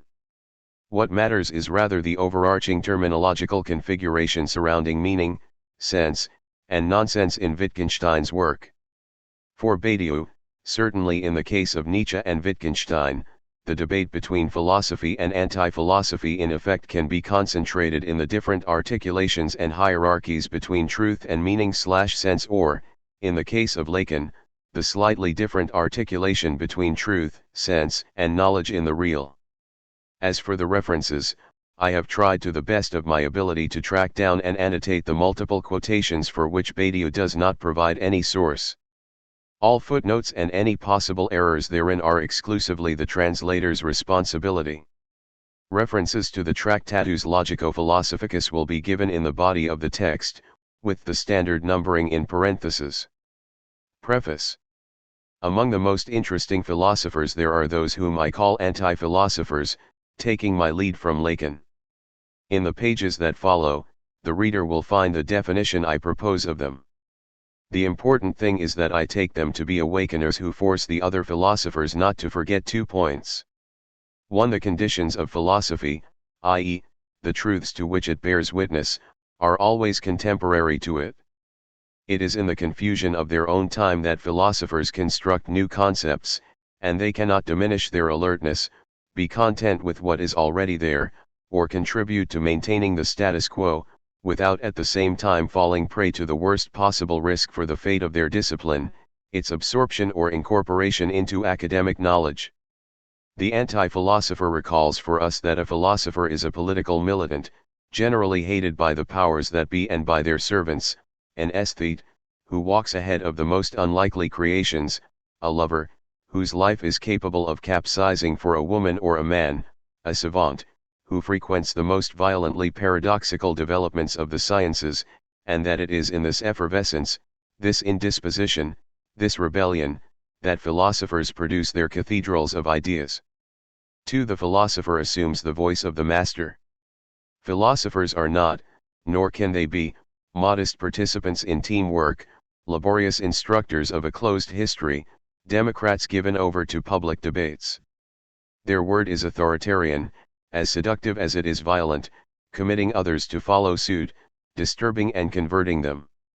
Philosophers are present, as such, in what they state, even if this presence is also that of an exemplary submission, they do not subtract themselves from the duty of reason. Anti-philosophers, for their part, have an absolutely singular way of placing themselves vis-a-vis these 2 points. They claim to be the contemporaries not only of the truths that proceed in their time but they also make their own life the theater of their ideas, and their body the place of the absolute. This is true from Pascal, joy, joy, joy, tears of joy, to Nietzsche, I am, something decisive and doom-laden standing between 2 millennia. 1 from Rousseau, I have resolved on an enterprise which has no precedent, and which, once complete, will have no imitator. To Lacan, I hereby found, by myself, as alone as I have always been. 2 from Kierkegaard, I have nothing but my life, and I am happy to put it at risk whenever a difficulty arises. 3 to Wittgenstein, as we will see in greater detail below. For the anti-philosopher, the pains and ecstasies of personal life bear witness to the fact that the concept haunts the temporal present all the way to include the throes of the body. And as for not being a drudge, a mere tutor, a grammar prig or a pious guardian of temples and institutions, this is a duty to which the anti-philosopher devotes himself with all the extreme violence of his opinions about his peers, the philosophers. Pascal against Descartes, Rousseau against the encyclopedists, Kierkegaard against Hegel, Nietzsche against Plato, Lacan against Althusser. Each anti-philosopher chooses the philosophers whom he hopes to make into the canonical examples of the empty and vain shell of a word that for him is philosophy. For all these reasons, I devoted my seminar for some years to the great modern anti-philosophers. First Nietzsche, then Wittgenstein, and then Lacan. After which, carrying out the great leap backward, I concluded with St. Paul, the inventor of the anti-philosophical position, unless this honor belongs to Diogenes, or even to Heraclitus. The first part of this little book, essentially consecrated to the unique masterpiece that is the Tractatus, is thus the result of the second seminar of this cycle. Published first in 1994 in the journal Barca. Toulouse, number 3, this part has been considerably revised to give way to a slender volume in German, published in 2007 by Diaphanes under the title Wittgenstein's Antiphilosophy, translated by Heinz Jatho. The second part, which deals with the language, or rather the languages, or the styles, of Wittgenstein, was originally the subject of an intervention in the seminar that Barbara Cassin held at the Collège International de Philosophie on the topic that has always been her passion, the linguistic place where what conventionally goes by the name philosophy comes to find a home. This intervention was subsequently redacted for publication in the Journal of the College, Rue Descartes, number 26, 1999. If these texts have been dormant for a long time, it is because I envisioned composing a triptych. The text on Wittgenstein's styles would have functioned as a caesura and a mediation between the analyses of the two most important books, the second never having become a book, at least not during Wittgenstein's lifetime, of this tormented anti-philosopher, the Tractatus on one hand, and the philosophical investigations on the other. Some desperate, discouraging attempts, taken up again from an ever greater distance, have not produced anything of interest concerning the investigations. To tell the truth, as my readers moreover will be able to see for themselves, I do not really like this later book, and even less so, I must say, what it has become, to wit, the involuntary, undeserved guarantee of Anglo-American grammarian philosophy, that 20th-century form of scholasticism, as impressive for its institutional force as it is contrary to everything that Wittgenstein the mystic, the aesthete, the Stalinist of spirituality, could have desired. Can we finally conclude that Wittgenstein was punished for his own sins? Too much arrogant skepticism, too much scabrous virtuosity, too much futureless deconstruction, too much attention given to syntax, at the expense of ideas. And the gravest of all, the temptation to which anti-philosophers gladly succumb, in the first place Nietzsche, who knew nothing about it, but also, more underhandedly, those who like Pascal or Wittgenstein began by being geniuses at it, the ability to despise mathematics, reducing it, in regard to what is morally serious and existentially intense, to a mere child's game. The contempt for mathematics is something from which no philosophy can lift itself up again. This is why I stop my reading of Wittgenstein's work at the Tractatus, where this contempt is already present, but mixed still with admiration. I have already presented my St. Paul. Here then you have, more cursory, my Wittgenstein. When I have the time, I will complete these portraits with those of Nietzsche and Lacan. Without giving up completely on the idea of one day doing the same for the great classical, which also means Christian anti-philosophers, Pascal, Rousseau, and Kierkegaard. July 2008. 1. Wittgenstein's Anti-Philosophy. It is certainly not unreasonable to hold that Wittgenstein has been a hero of our time. but only if we rigorously examine of which cause he has been the hero, how he held up this cause, and how he lost himself in the impossibility poorly masked by a kind of speculative insolence of the unprecedented act whose promise he cherished. 1. In November 1914, Wittgenstein is at war. He has already seen the line of fire. His activity as a soldier is strangely attuned to his maxim according to which it is vain to produce philosophical propositions, given that what matters is the clarification of propositions. 4.112. Let us translate this into military language. The point is not to shoot but to clarify the shot. And so Wittgenstein, who will later become an observer to correct the trajectory followed by the bombs, takes care of a searchlight on board a gunboat. His base is in Krakow. Here he finds the crucial final works of Nietzsche, the ones from 1888, above all the Antichrist. At this time he notes in his journal, I am strongly affected by his hostility against Christianity. Because his writings too have some part of truth in them. 1. Our first question will be the following: what is this part of truth whose existence Wittgenstein recognizes in the imprecations of Dionysus against the crucified? And our second one, what can Wittgenstein mean by Christianity if despite this part he feels deeply hurt by the anti-priest legislation of the Fury from Turin? These are decisive questions if we consider that Nietzsche and Wittgenstein, each in his own turn, have set the tone for the 20th century in terms of a certain form of philosophical contempt for philosophy. 2. What Nietzsche and Wittgenstein share in common I will designate with a term introduced by the third great and fascinated detractor of philosophy from the last century, Jacques Lacan, anti-philosophy. The word is out. But not as an isolated one, because if it is true that the elucidation of this term defines the stakes of this whole text for which Wittgenstein will be our teacher, we are not for this reason free of the burden temporarily to fix the boundaries of its power. Anti-philosophy, from its origins, I would say from Heraclitus, who is as much the anti-philosopher to Parmenides as Pascal is to Descartes, can be recognized by three joint operations. 1. A linguistic, logical, genealogical critique of the statements of philosophy, a deposing of the category of truth, an unraveling of the pretensions of philosophy to constitute itself as theory. In order to do so, anti-philosophy often delves into the resources that sophistics exploit as well. In the case of Nietzsche, this operation bears the name overturning of all values, struggle against the Plato disease, competent grammar of signs and types. 2. The recognition of the fact that philosophy, in the final instance, cannot be reduced to its discursive appearance, its propositions, its fallacious theoretical exterior. Philosophy is an act, of which the fabulations about truth are the clothing, the propaganda, the lies. In the case of Nietzsche, it is a question of discerning behind these ornaments the powerful figure of the priest, the active organizer of reactive forces, the one who profits from nihilism, the captain who enjoys resentment. 3. The appeal made, against the philosophical act, to another, radically new act, which will either be called philosophical as well, thereby creating an equivocation, through which the little philosopher consents with delight to the spit that covers his body, or else, more honestly, superphilosophical or even aphilosophical.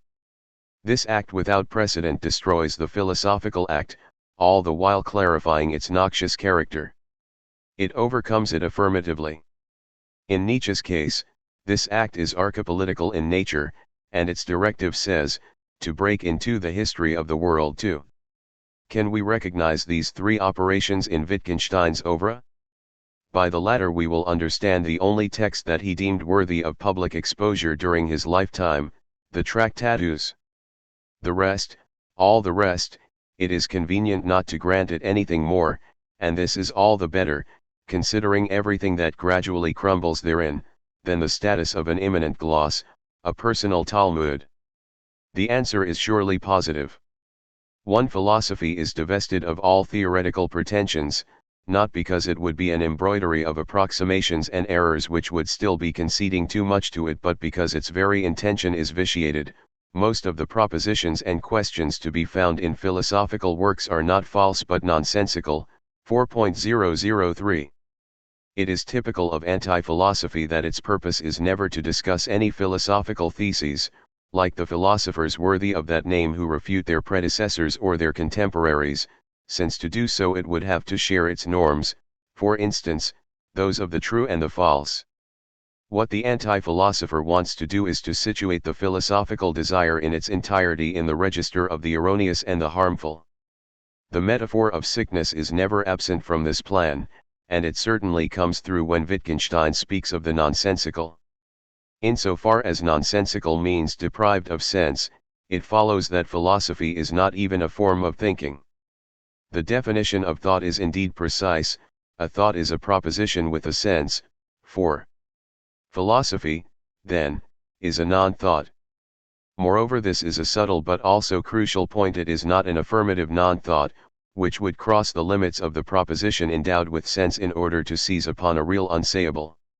Philosophy is a sick and regressive non-thought, because it pretends to present the nonsense that is proper to it within a propositional and theoretical register. The philosophical sickness appears when nonsense exhibits itself as sense, when non-thought imagines itself to be a thought. Hence, philosophy must not be refuted, as if it were a false thought; it must be judged and condemned as a fault of non-thought, the gravest of faults, to inscribe itself nonsensically into the protocols, propositions and theories, reserved for thought alone. Philosophy, with regard to the eminent final dignity of affirmative non-thought, that of an act that crosses the barrier of sense, is guilty. To the fact that the essence of philosophy does not reside in its sick and fallacious appearance in the form of propositions and theories, but that it is first and foremost on the order of the act, is something that Wittgenstein proclaims, in 4.112, not without letting an equivocation surface between inherited philosophy, which is nonsensical, and his own anti-philosophy. Philosophy is not a body of doctrine but an activity. The general value of this assertion nonetheless becomes clear if we relate the desire of philosophy to the activity of the sciences. Everyone will agree that philosophy is concerned with the final ends, with what is higher, with what matters to the life of human beings. However, none of this is of any concern to the theoretical activity properly speaking, which takes the form of propositions, endowed with a sense, or even better, true propositions, that is to say, science. The totality of true propositions is the whole of natural science. 4.11. Perhaps it is regrettable, especially to those who believed that they could find a positivist in Wittgenstein, or even an analytical and rationalist philosopher, but it is beyond doubt that propositions can express nothing that is higher. 6.42. And better yet, we feel that even when all possible scientific questions have been answered, the problems of life remain completely untouched. 6.52. In the general aspiration that induces its existence, philosophy, devoted as it is to the problems of life, is intrinsically different from any scientific or theoretical figure. It is subtracted from the authority of propositions and of sense, and for this reason destined at the same time to take the form of the act. Simply put, there will be two types of such an act. One, which is infrascientific and nonsensical because it attempts to bend non-thought by force into the theoretical proposition, is the philosophical sickness proper. The other, suprascientific, silently affirms non-thought as a touching of the real. It is the authentic philosophy, which is a conquest of anti-philosophy. 3. It is thus necessary to come to the announcement of an act of a new type, which simultaneously overcomes the philosophical sickness, undoes the regressive act by which one searches nonsensically to incarnate the problems of life in theoretical propositions, and affirms, this time beyond science, the rights of the real. In order better to distinguish this act from all that is forced and maniacal about the philosophical act, Wittgenstein rather describes it as an element, as that in which the authentic non-thought dwells. But already Nietzsche proceeded in the same way in order to transmit to us the powers of the great noon, of saintly affirmation. One did not pass through the hallways of the will in its narrow, programmatic, and moral sense, one was transported by radiant metaphors. Wittgenstein, too, is condemned to metaphor, because the act must install an active non-thought beyond all meaningful propositions, beyond all thought, which also means beyond all science. The one he chooses articulates an artistic provenance, visibility, showing, with the religious one, mysticism. There are, indeed, things that cannot be put into words. They make themselves manifest. They are what is mystical. 6.522. The anti-philosophical act consists in letting what there is show itself, insofar as what there is precisely that which no true proposition can say. If Wittgenstein's anti-philosophical act can legitimately be declared archaeaesthetic, it is because this letting be has the non-propositional form of pure showing, of clarity, and because such clarity befalls the unsayable only in the thoughtless form of an oeuvre, music certainly being the paradigm for such donation for Wittgenstein. I say archaeaesthetic because it is not a question of substituting art for philosophy either. It is a question of bringing into scientific and propositional activity the principle of a kind of clarity whose mystical element is beyond this activity and the real paradigm of which is art. It is thus a question of firmly establishing the laws of the sayable, of the thinkable, in order for the unsayable, the unthinkable, which is ultimately given only in the form of art, to be situated as the upper limit of the sayable itself. Philosophy, that is, anti-philosophy, must set limits to what can be thought, and, in doing so, to what cannot be thought. 4.114. And, it will signify what cannot be said, by presenting clearly what can be said. 4.115. Here we observe that the anti-philosophical act comes down to tracing a line of demarcation, as Althusser would have said in the wake of Lenin. And it is very well possible that Althusser's project, under the name of materialist philosophy, came close to 20th century anti-philosophy. The difference being that for Althusser it was the proximity of revolutionary politics, under the partisan name of taking sides, that silently educated the clarity induced by this separating act, while for Wittgenstein, under the name of the mystical element, it is rather a mixture of the Gospels and of classical music. In any case, there can be no doubt that the three constitutive operations of all anti-philosophy can be retrieved in Wittgenstein, which does justice to his discovery of a part of truth in Nietzsche's work, his greatest predecessor in this matter. This part of truth then enters into a dialectic with the obvious differences. To the genealogical ruin of philosophical statements in Nietzsche, to the evidencing of types of power supporting them, and thus to an analytic of the lie as a figure of vital impulse, there corresponds in Wittgenstein the evidencing of an absurdity, which entails the forcing of the linguistic sphere of sense by nonsense. For Nietzsche, metaphysics is will to nothingness. For Wittgenstein, it is the nothingness of sense exhibited as sense. The sickness bears a name. For Nietzsche, it is nihilism. For Wittgenstein, perhaps worse, gassing or babbling. For Nietzsche, the hidden philosophical act is the exercise of the typological power of the priest. For Wittgenstein, it is the erasure of the line of partitioning between the sayable and the unsayable, between the thinkable and the unthinkable. It is the will to non-clarity about limits. It is thus also, and here Nietzsche would agree, the blind, properly unchained exercise of a language delivered over to the dream of not being interrupted by any rule, nor limited by any difference. For Nietzsche, the announced act is archepolitical, since the pure affirmation is equally the pure destruction of the earthly power of the priest. For Wittgenstein, it is archaeaesthetic, since the principle, which is itself unsayable, of all clarity regarding the limits of the sayable proceeds from the possibility of gaining access to the artistic paradigms of pure showing, which also means access to the saintly life as inner beauty. Ethics and aesthetics are one and the same. 6.421. And, better yet, this belated, almost testamentary declaration, after many abandonments and wanderings, what is essential comes back. I think I summed up my attitude to philosophy when I said, philosophy ought really to be written only as a poetic composition. 3. Here, though, is what Nietzsche and Wittgenstein do not share. The second is strongly affected by the first's hostility toward Christianity.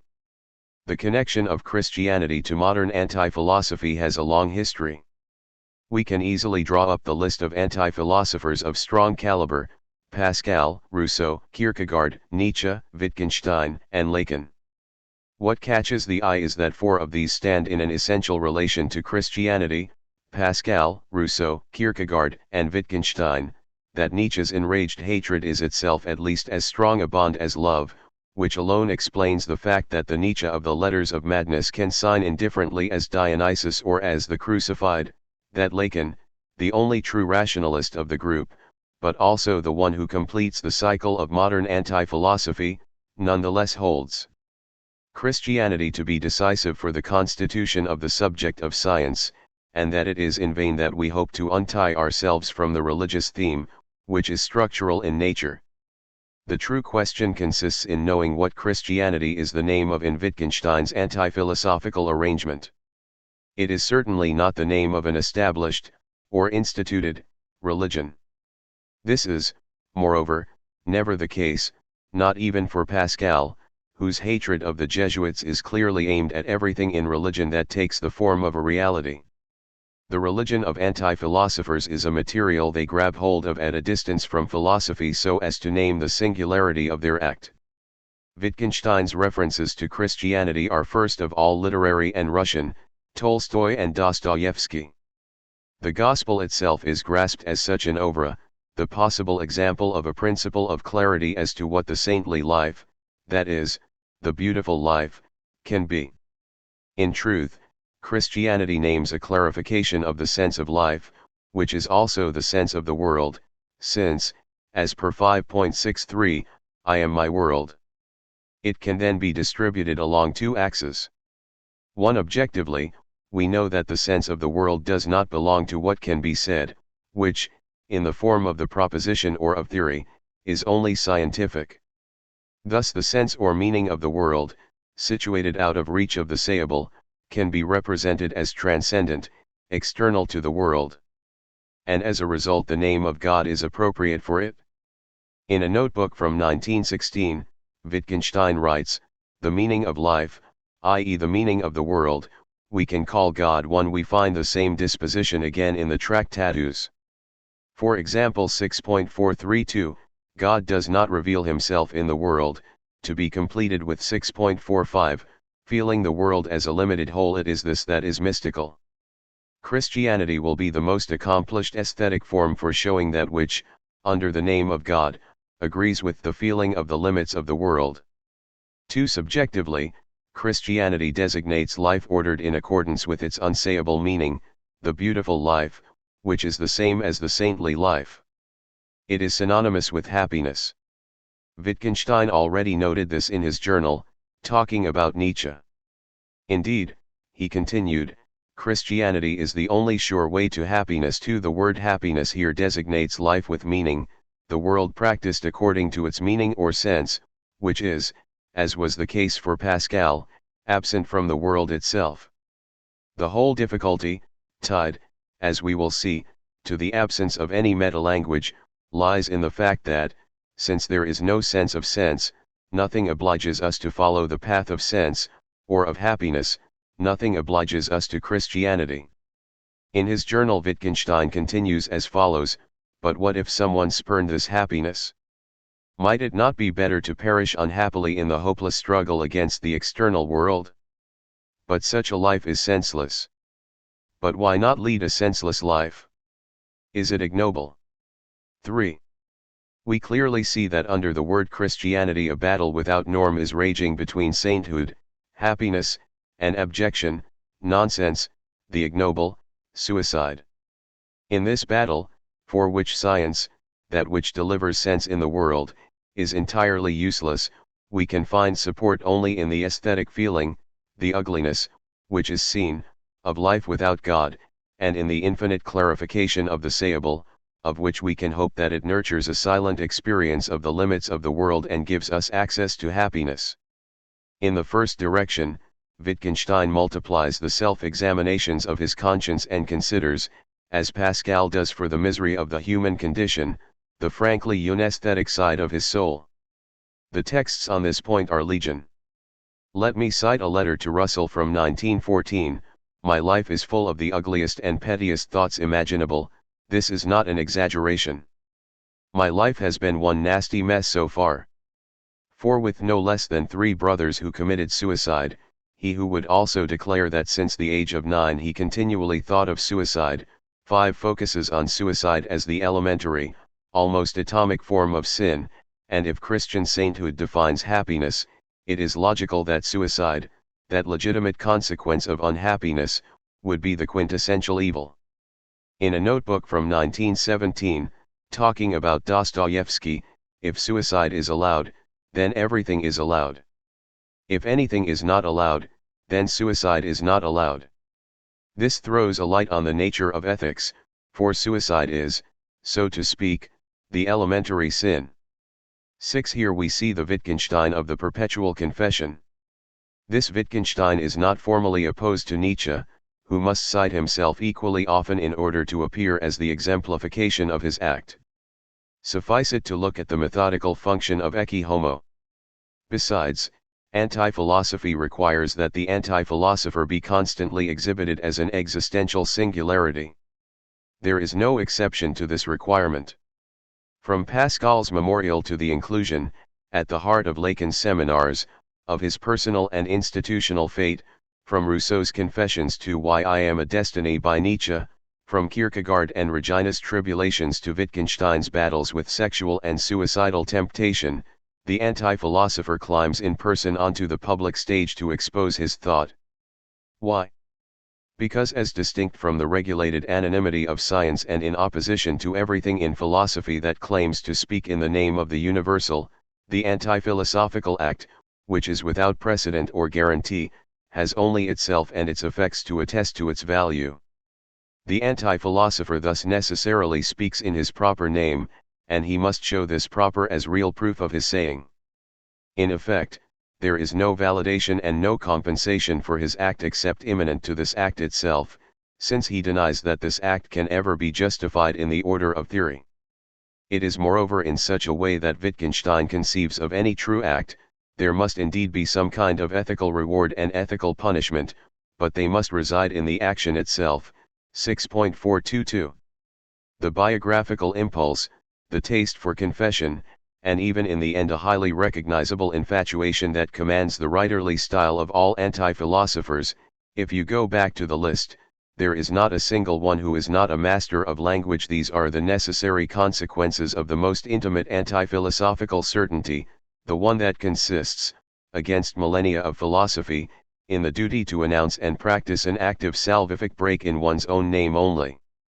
This is something the bilious philosopher can then translate, if he so wishes, into the exclamation "all mad," which is not ungrounded, except that he comes up against the sentence that Lacan is said to have inscribed on the wall of his waiting room: not just anyone can go mad who wants to. 7. In any case, with these subjective displays, we still find ourselves in the part of truth common to Wittgenstein and Nietzsche.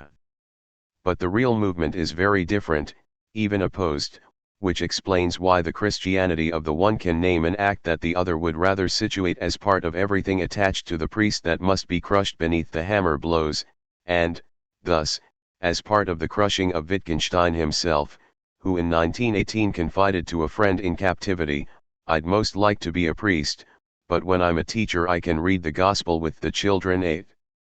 This is because Nietzsche believed he was able to maintain that the value of his archepolitical act was situated beyond good and evil, whereas the archaeaesthetic act that Wittgenstein announces remains normed, even if in the register of the unsayable, by the coupling of these values. True, it is excluded to say good and evil, or to say Christianity, or to say beauty. It is clear that ethics cannot be stated. 6.421. But it is precisely the co-belonging of good and evil to what sustains itself only in silence that makes our soul into a constant theater, the real place, without concept, of a balancing act of sainthood and abjection, of the beautiful life and suicide. The question that only the act can settle, without any admissible proposition, is the following: why choose Christianity rather than suicide? Why choose the sense of the world, whose name is God, rather than the end of the world, which is the same thing as the end of life, or the end of sense? The whole point being, and this is decisive if we want to understand the opposition to Nietzsche, that death stands outside of the world as much as God, so too at death the world does not alter, but comes to an end. 6.431. Or, with more precision, death is not an event in life. 6.4311. The archaeaesthetic act is the one that decides for God against death. For Nietzsche, however, God is on the side of death, whereas the archaepolitical act must decide for life against God. This displacement depends entirely on the fact that Wittgenstein's ontology allows for a sense of the world, or of the subjective totality, which is the same thing, to be outside of the world.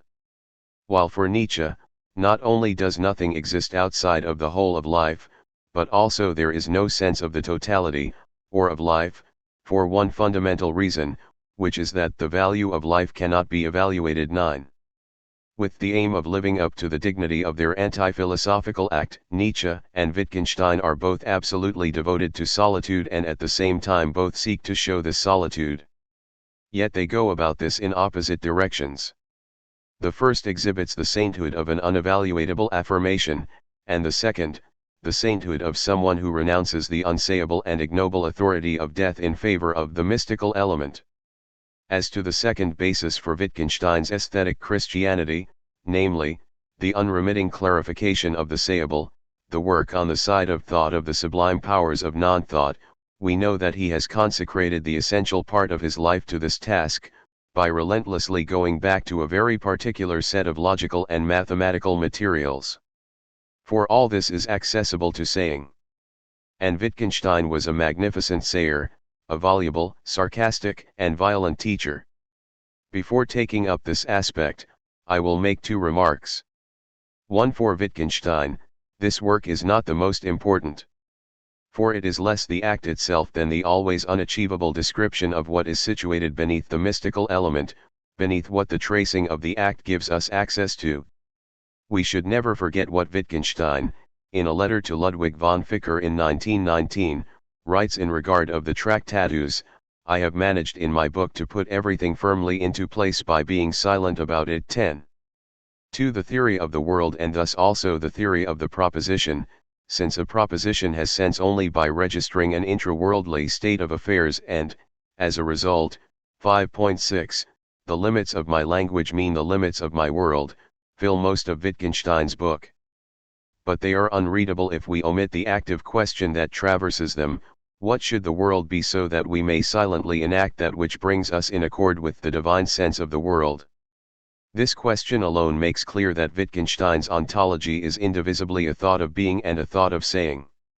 It is also this very question that situates the entire endeavor in between idealism and materialism, since the simultaneous seizing both of the composition of the world and of the composition of the propositions that say the composition of the world does nothing else than trace the line of demarcation between that which can be said of being and that which cannot.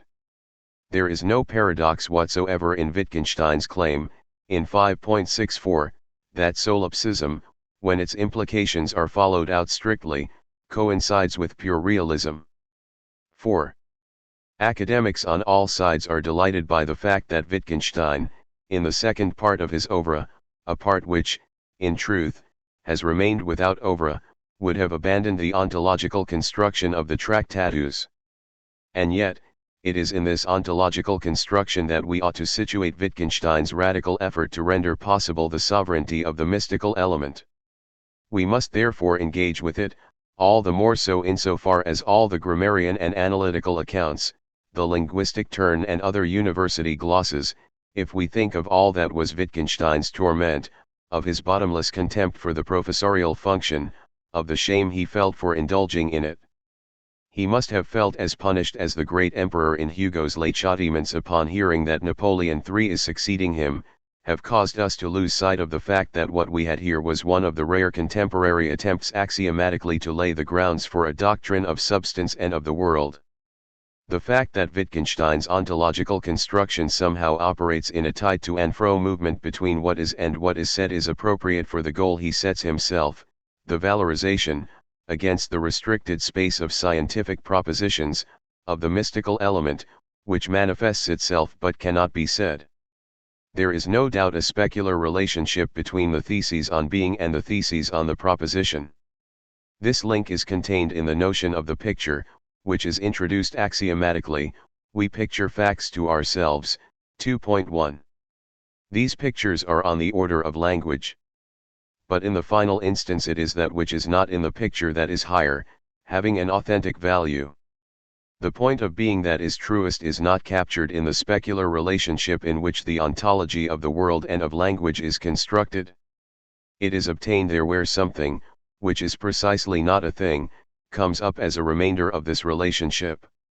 This idea of the remainder can be found in every anti-philosophy, which certainly builds very subtle networks of relations but only to track down the incompleteness in them and to expose the remainder to its seizure by way of the act. This is precisely where anti-philosophy deposes philosophy, by showing what its theoretical pretension has missed and which in the end is nothing less than the real. Thus, for Nietzsche, life is that which appears as a remainder of every protocol of evaluation. Just as, for Pascal, grace is entirely subtracted from the order of reasons, for Rousseau, the voice of conscience from the preaching of the Enlightenment, for Kierkegaard, existence from the Hegelian synthesis. And for Lacan, we are familiar with the theme of jouissance and the thing to which it is yoked, which the philosopher cannot and does not want to know. What remains to be seen, though, is whether, of this real, the anti-philosopher offers us anything other than a flabbergasted vanishing act, or whether his act is not, like woman for Claudel, a promise that cannot be kept. Unless it is a question of womanhood all along in this story, precisely woman about whom we will immediately agree that philosophy has no ambition whatsoever to speak, but about whom we can also wonder whether to this day displayed as she is in the series of nouns, faith, anxiety, life, silence, enjoyment, with which anti-philosophy, with the exception of Lacan, has pinned her down, she has done any better than to disappear. The anti-philosopher would wave the specter of the feminine in front of the eyes of the philosophers who, loyally, foreclose this specter from their thinking maneuvers, educated as they are on this point by science. This goes some way toward explaining the striking misogyny that characterizes all anti-philosophers.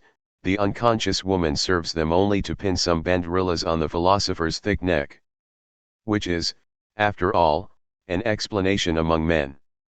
Have we ever seen more detestable people, in their explicit declarations about women, than Pascal? Did he ever notice one other than his sister, Rousseau, Émile Sophie, Kierkegaard, the neurosis of marriage, Nietzsche, let's not even go there, or Wittgenstein, with, on this topic, the half-frankness of a half-homosexuality? Supposing that the real remainder of philosophical theories, from the point of view of desire, must be sought on the side of the feminine, the fate reserved for this remainder is certainly more enviable when one is called Plato, Descartes, or Hegel, to the point where we could consider the relationship to women another distinctive feature. The more flagrant the misogyny, the more we are in the vicinity of anti-philosophy. This would also shed an intense light on the case of Kant, whose declarations about women are hair-raising and whose tortuous goal can easily be summarized as follows: to give a philosophical form to anti-philosophy itself, to show philosophically that the philosophical pretension can only stir up air, to sublimate the moral act, which is doubtlessly aphilosophical, with regard to the phenomenal miseries of knowledge. From this we can infer, since for him the remainder bears the name noumenon, that a Kantian desire always addresses a noumenal object. This is, strongly conceptualized, the old certitude of the mystery of the feminine. In Wittgensteinian language, woman is that of which we cannot speak, and which we must therefore pass over in silence. 5. For Wittgenstein as for Spinoza, the primitive name of the there is substance. The resemblance stops there, since Wittgenstein will atomize substance. Substance is in effect composed of objects, and a fundamental feature of objects, 2.02, is that they are absolutely simple. We should immediately make two remarks. One, substance is the name of being, and thus the name of the there is. It is not the name of the world, or the name of what there is, or of what is the case. The statement 2.024 of the Tractatus specifies that substance is what subsists independently of what is the case, whereas the famous first statement declares that the world is all that is the case. We must therefore distinguish between real existence, or being, whose name is substance, and occasional existence, or what is the case, whose name is world. We will also say that a world is an eventual effectuation of an eternal being. The major ontological problem, very close to the Leibnizian problem of the passage from possible worlds, contained in divine intelligence and thus eternally existent, to the real world, consists in knowing what correlation exists between the world and substance. The objects, or atoms, that make up substance lead us immediately into the vicinity of the remainder that thought stumbles upon. An object as such, supposedly isolated, cannot be thought. Only a combination between several objects, which is called a state of affairs, is thinkable. The object is thus solely what we must suppose to render possible a combination of objects, or a state. Thus, 2.0121, there is no object that we can imagine excluded from the possibility of combining with others. If I can imagine objects combined in states of affairs, I cannot imagine them excluded from the possibility of such combinations. The major ontological problem in this case consists in determining what exposes the multiplicity of objects to thought, if the object itself is unthinkable. Or, how do we know that a state of affairs, a relation, refers to a multiplicity of objects for whose combination it provides, if we do not have any access to the individuality of objects? This second problem is all the more acute insofar as Wittgenstein, immediately separating himself from Leibniz, posits that objects, the simple atoms that make up every state of affairs, are indiscernible. If two objects have the same logical form, the only distinction between them, apart from their external properties, is that they are different. 2.0233. This violates Leibniz's principles of indiscernibles more radically than is the case, for example, in Lukathian atomism. Because for the latter, beyond the essential qualitative difference, which structures the there is, the difference between the void and the atoms, there exist, among the atoms themselves, differences of type tied to the form. Wittgenstein's substance, as eternal form of being, is only the contingent juxtaposition of identically unthinkable objects. The two ontological problems, relationship between substantial being and the eventuality of the world, access to the multiple if the elements of this multiple are unthinkable and indiscernible, cannot be solved unless we pass on the side of the linguistic reflection, on the side of the picture that we form for ourselves of what exists. The crucial point is that objects, which can be neither thought nor described, are represented in the picture, or, which amounts to the same thing, in the proposition. Represented means the following: to an object, such as it is engaged in a combination or a state, there corresponds a name. Statement 2.13, in a picture objects have the elements of the picture corresponding to them. Statement 3.22, which merely specifies the linguistic nature of the picture in a proposition: a name is the representative of an object. Our access to unthinkable objects, thus, happens by way of nomination. We will be careful to note that naming is not a proposition, it is not a description and, consequently, it is not a form of thought. All it does is secure an element in the picture that corresponds to the object and on the basis of which thought not of the object but of the combination of objects in a proposition is rendered possible. Objects cannot be named. Signs are their representatives. I can only speak about them, I cannot put them into words. Propositions can only say how things are, not what they are. 3.221. Conversely, the combination of objects, or state of affairs, can be described in the picture, by a proposition that combines several names, but it cannot be named. Situations can be described but not given names. 3.144. This opposition between nomination, representation without thought of objects by a sign, and description, signifying picture of the combinations of objects in a proposition, is completely disjunctive. That which can be named, the substantial atomic object, cannot be described, and that which can be described, the combinations of objects or states, cannot be named. It is the ontologico-linguistic substructure of another disjunction, the one which gives us an opening onto the mystical element, and which opposes the showing, or the manifesting, to the saying, what can be shown, cannot be said. 4.1212, but what exactly is a state of affairs? The metaphor combines the classical atomistic theme of the collision and the linguistic theme of the chain. In the state of affairs, objects fit into one another like the links of a chain. 2.03.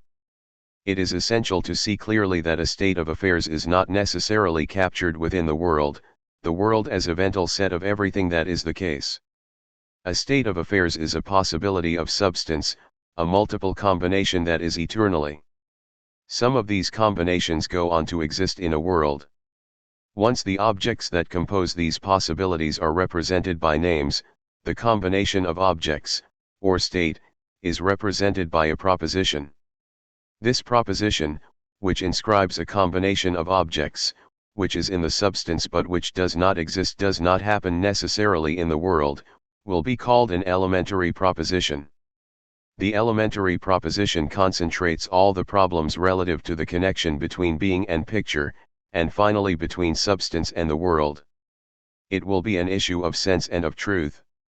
6. First of all, why is a proposition that describes a possible state of affairs said to be elementary? Because states of affairs are strictly independent from one another, closed in on themselves, multiples without relation. Perhaps this is the most important ontological statement: states of affairs are independent of one another. 2.061. There is a primitive atomism of objects, which are simple, but a second atomism of states, which, though complex, have no connection whatsoever between them. It is thus legitimate for the proposition drawing up the picture of a state to be considered an elementary proposition. As a description, or picture, of a possible state of affairs, the elementary proposition is provided, of course, and this is not the clearest point, that we identify the names of objects that figure in it immediately comprehensible. It has a sense. The delicate issue is properly to understand that sense is not a category of the experience of the world. Indeed, a proposition that describes a possible state of affairs, and thus an intrasubstantial combination, has no need, in order to be endowed with sense, for this state of affairs to exist, to happen. Sense is a category of eternal being. The result is that from the simple fact that we really understand a proposition, we can infer that it establishes a picture of a state of affairs which is, that is to say, which is eternally detained in its substantial or possible value, or again, which can happen. This is something the book underscores very early on in statement 2.203, a picture contains the possibility of the situation that it represents. Then, if we remember that thought is nothing else than the proposition endowed with sense, we will understand in the same way, a thought contains the possibility of the situation of which it is the thought. What is thinkable is possible too. 3.02. This possibility, in the guise of a state of affairs described by the proposition, which means presented in the picture, constitutes the ground of being of sense. What a picture represents is its sense. 2.221. Finally, a particular case of the possible is reality.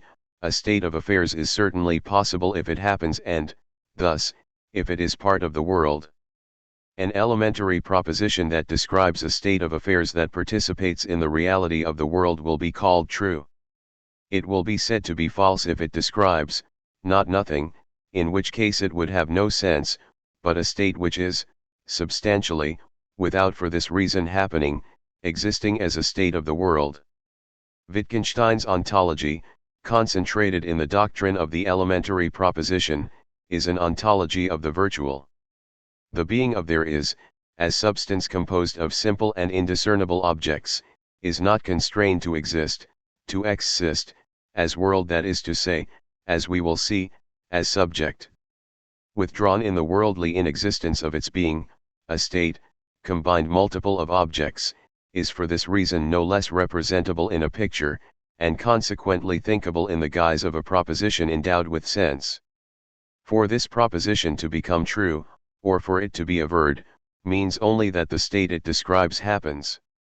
But this truth is in some more or less indifferent, from a properly ontological point of view, since the fact that a state happens is strictly contingent.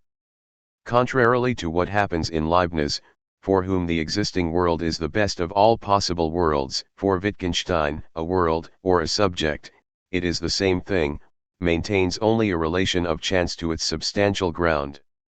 Being is indifferent to that which, of being, happens as world, for all that happens and is the case is accidental. 6.41. Wittgenstein is as opposed to the principle of sufficient reason as he is to the principle of indiscernibles. We know that this principle holds. It is in the nature of things that every event has prior to it, its conditions, prerequisites, suitable dispositions, whose existence makes up its sufficient reason. Leibniz, fifth writing in response to Clarke. Point 1. For Wittgenstein, no event, and the world is nothing but events, has the least sufficient reason to be preferentially attached to its substantial being possible. Wittgenstein operates, in the best anti-philosophical style, an inversion of the classical values attributed to sense and to truth. One can indeed easily believe that sense is a question of experience and convention, whereas truth, attached to being as being, is encountered only beyond worldly donation. This is precisely why philosophy holds that there are eternal truths. But now we have Wittgenstein attributing eternity to sense, as propositional picture of substantial states, and developing a strictly empiricist and contingent doctrine of truths. Indeed, insofar as a proposition is true only inasmuch as it describes a state that happens, or a state of the world, and insofar as the world, as collection of events, is given over to contingency, there is no other means to verify that an elementary proposition is true except to compare it with reality, with the observable it has happened. In order to tell whether a picture is true or false we must compare it with reality. 2.223. Truth is simply a matter of empirical observation. Sense, on the other hand, rooted in the substantial eternity of possible multiples, of combinations of objects, is readable in the very structure of the proposition, in the immediate fact that we understand it independently of all external verification. It is clear that, after Nietzsche, though with different means and following opposite strategies, Wittgenstein participates in the powerful tendency that, in the 20th century, has sought to depose truth in favor of sense. The act that animates this tendency, we do well to recognize, is what articulates itself as anti-philosophy. 7. It is no doubt time for us to synthesize how this construction has worked in the service of anti-philosophy while at the same time, animated by the spirit of philosophical resistance, marking our differences, or at least the risks to which Wittgenstein exposes us. Everything that is at play, of course, depends on the line of demarcation traced between thought and non-thought, since it is Wittgenstein's strategic goal to subtract the real, what is higher, the mystical element, from thought, so as to entrust its care to the act which alone determines whether our life is saintly and beautiful. In order to achieve his goals, Wittgenstein must give a particularly narrow definition of thought. This is striking from the very start. Thought, indeed, is the proposition endowed with sense, and the proposition with sense is the picture, or the description, of a state of affairs. The result is a considerable extension of non-thought, which is unacceptable to the philosopher. In non-thought there is first of all the primordial operation of the naming of simple objects. Wittgenstein's anti-philosophical orientation on this point is very clear. If the names of objects were to envelop a thought, we would have a relation on the order of both language and thought to the intimate composition of substance, which accordingly would weaken the need for the silent act. Wittgenstein does not clarify this question of names, which has been the topic of strong debates in philosophy since at least the Critylus. I can certainly understand that in the proposition names represent objects combined in the state of affairs, described by the proposition in which these names appear. But what I do not understand is how the unthinkable difference of objects comes to be represented by the difference attested to by the names. Here, a fisher slips into the specular construction that brings face to face the multiple of objects, on the side of substance, and the multiple of names, on the side of the proposition, or of the picture. If objects violate the Leibnizian principle of indiscernibles, how is it that names, which are there only as signs of objects, obey this principle? Because it is certain, no matter what the extent of homonymity might be, that two indiscernible names ultimately are the same. Names, as opposed to objects, are not identified by their external relations. They have a dense intrinsic identity. As a result, one begins to doubt whether nomination as such might be a non-thought. And in fact, we can and must maintain that there is a practice of language that is entirely dedicated to naming as thought, that is, poetry. The poetic act indeed is neither descriptive, even if it practices description, nor monstrative in the sense of the mystical element, even if it practices suggestion. It aims rather to organize a verbal totality. A poem by itself composes a proposition, in such a way that a presence of being be named by this totality, whereas nothing in ordinary language named this. Poetry is the creation of a name of being that was previously unknown. The sole axiom of poetry is, everything that participates in being, whether simple or infinitely multiple, has a name. The difficulty lies in inventing it. It is not for nothing that poetry, for this unheard of invention, uses the maximal resources of the difference, including sonorous, between the names from inherited language. Either poetry is a thought, as philosophy declares, and then naming must be reintroduced into thought, or else naming, as Wittgenstein wishes, is not a thought, and then poetry is stripped of all thinking functions and is nothing more something I find extremist and unacceptable than a verbal instance of silence.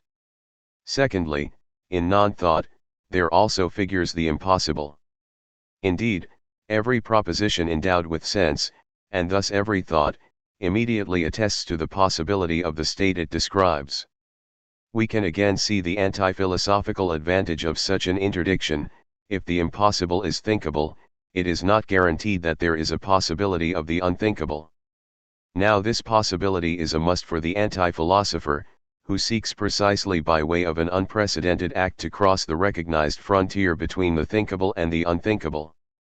Let me add that it is the idea that all is thinkable which, for the anti-philosopher, constitutes the unsupported theoretical presumption of the philosopher, which makes the latter's alleged act into an imposture. But not everything is clear either in regard to this old question of the impossible and its possible thought. I understand very well that the possible is given sense. What I understand less is what we must comprehend under the impossible, even if it is on the order of non-thought. Rather than forbidding that it be thought, it seems to me that Wittgenstein forbids all being to the impossible. For if a state of affairs, by the sole fact that it is substantially, which also means that it can be described in an elementary proposition, can happen, which means that the proposition can be true, insofar as it makes sense, it is clear that the impossible is not representable qua state of affairs. This amounts to saying that it is void, because what is substance is composed of objects, for which the words possible or impossible are devoid of sense, combined in states of affairs. Or again, as in any ontology of the virtual, Deleuze is no exception in this regard. To be impossible means purely and simply not to be, and not only not to be thinkable. Now, there are at least two forms of thought that are originarily suited for the impossible, mathematics and politics. The first, because its point of the real is to literalize that which all thought leaves behind as a remainder, as impossible proper, to its field of determination, all thought, even and above all itself, mathematics, in the previous state of its development. Thus, the incommensurable, Eudokus, the curve reducible to a set of segments, Archimedes, the vanishing quantities, Leibniz and Newton, the indiscernibles, Galois, the infinitely great, Cantor, the infinitesimals, Robinson, etc. As for politics, it draws its value only from the prescription of a possibility for a situation that the immanent norm of the situation defines precisely as impossible, an impossibility that, moreover, is required for the situation to be consistent in the first place. This is evident when we think of the execution of the king in 1793, which Kant, by the way, considered explicitly to be unthinkable, or of the directive all the power to the Soviets in 1917, or of Mao's maxim, which is intrinsically impossible, or even absurd, that the weaker can vanquish the stronger. If the requirement of a mise en scene of the archaeaesthetic act implies that the impossible also be the unthinkable, or even that the impossible be void, we will have to conclude that neither mathematics nor politics are forms of thought. For to hold that they are capable of thought requires that we grant the impossible a minimum of being. Alas, at the cost of misunderstanding both politics and mathematics, this is precisely what Wittgenstein, for whom the end governs the means, ends up by saying. In the case of mathematics, he does so explicitly, and after the tractatus with a fierceness worthy of a better cause. A proposition of mathematics does not express a thought, 6.21. In the case of politics, he proceeds in a more dispersed but no less clear manner, as we will see. Philosophy, whose thinking conditions definitely include, aside from the poem, both mathematics and politics, will discern in Wittgenstein's preliminary extension of non-thought the exorbitant price to be paid so that there may occur, if it is at all possible, the dice throw of the mystical element. Finally, the third figure of non-thought, after nomination and the impossible, is nonsense. This category is central to anti-philosophy because, as we have seen, the absurdity of nonsense is what serves to stigmatize philosophy, or metaphysics, if one absolutely must. For this reason, though, it is no less delicately handled, since for Wittgenstein there are two regimes of sense. Let us examine statement 6.41. The sense of the world must lie outside the world. In the world everything is as it is, and everything happens as it does happen. In it no value exists, and if it did exist, it would have no value. If there is any value that does have value, it must lie outside the whole sphere of what happens and is the case. For all that happens and is the case is accidental. What makes it non-accidental cannot lie within the world, since if it did it would itself be accidental. It must lie outside the world. What can sense be, when one talks of the sense of the world, and we know that the name of the sense or meaning is God? Certainly not the same sense as the one that is implied in the idea of a proposition endowed with sense. Because a proposition has sense from the moment it describes a state of affairs. However, it belongs to any state of affairs whatsoever that it can happen, and thus, that it can exist in a world. As a result, the sense of a proposition is always susceptible to being linked to an intra-worldly reality and thus to an accidental reality, which is as it is. What Wittgenstein tells us then is that such a sense is without value. In sum, all value detained by a proposition is devoid of any value whatsoever.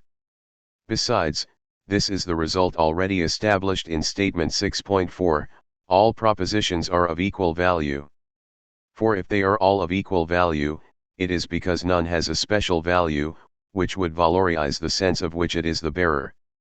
By contrast, the sense of the world has a higher value.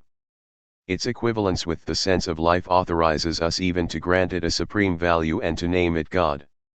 But, of course, this sense that has a value cannot reside in the world, nor can it be said by a proposition. Let us add that the idea of value, for Wittgenstein, clearly excludes the contingency that marks the eventuality of the world.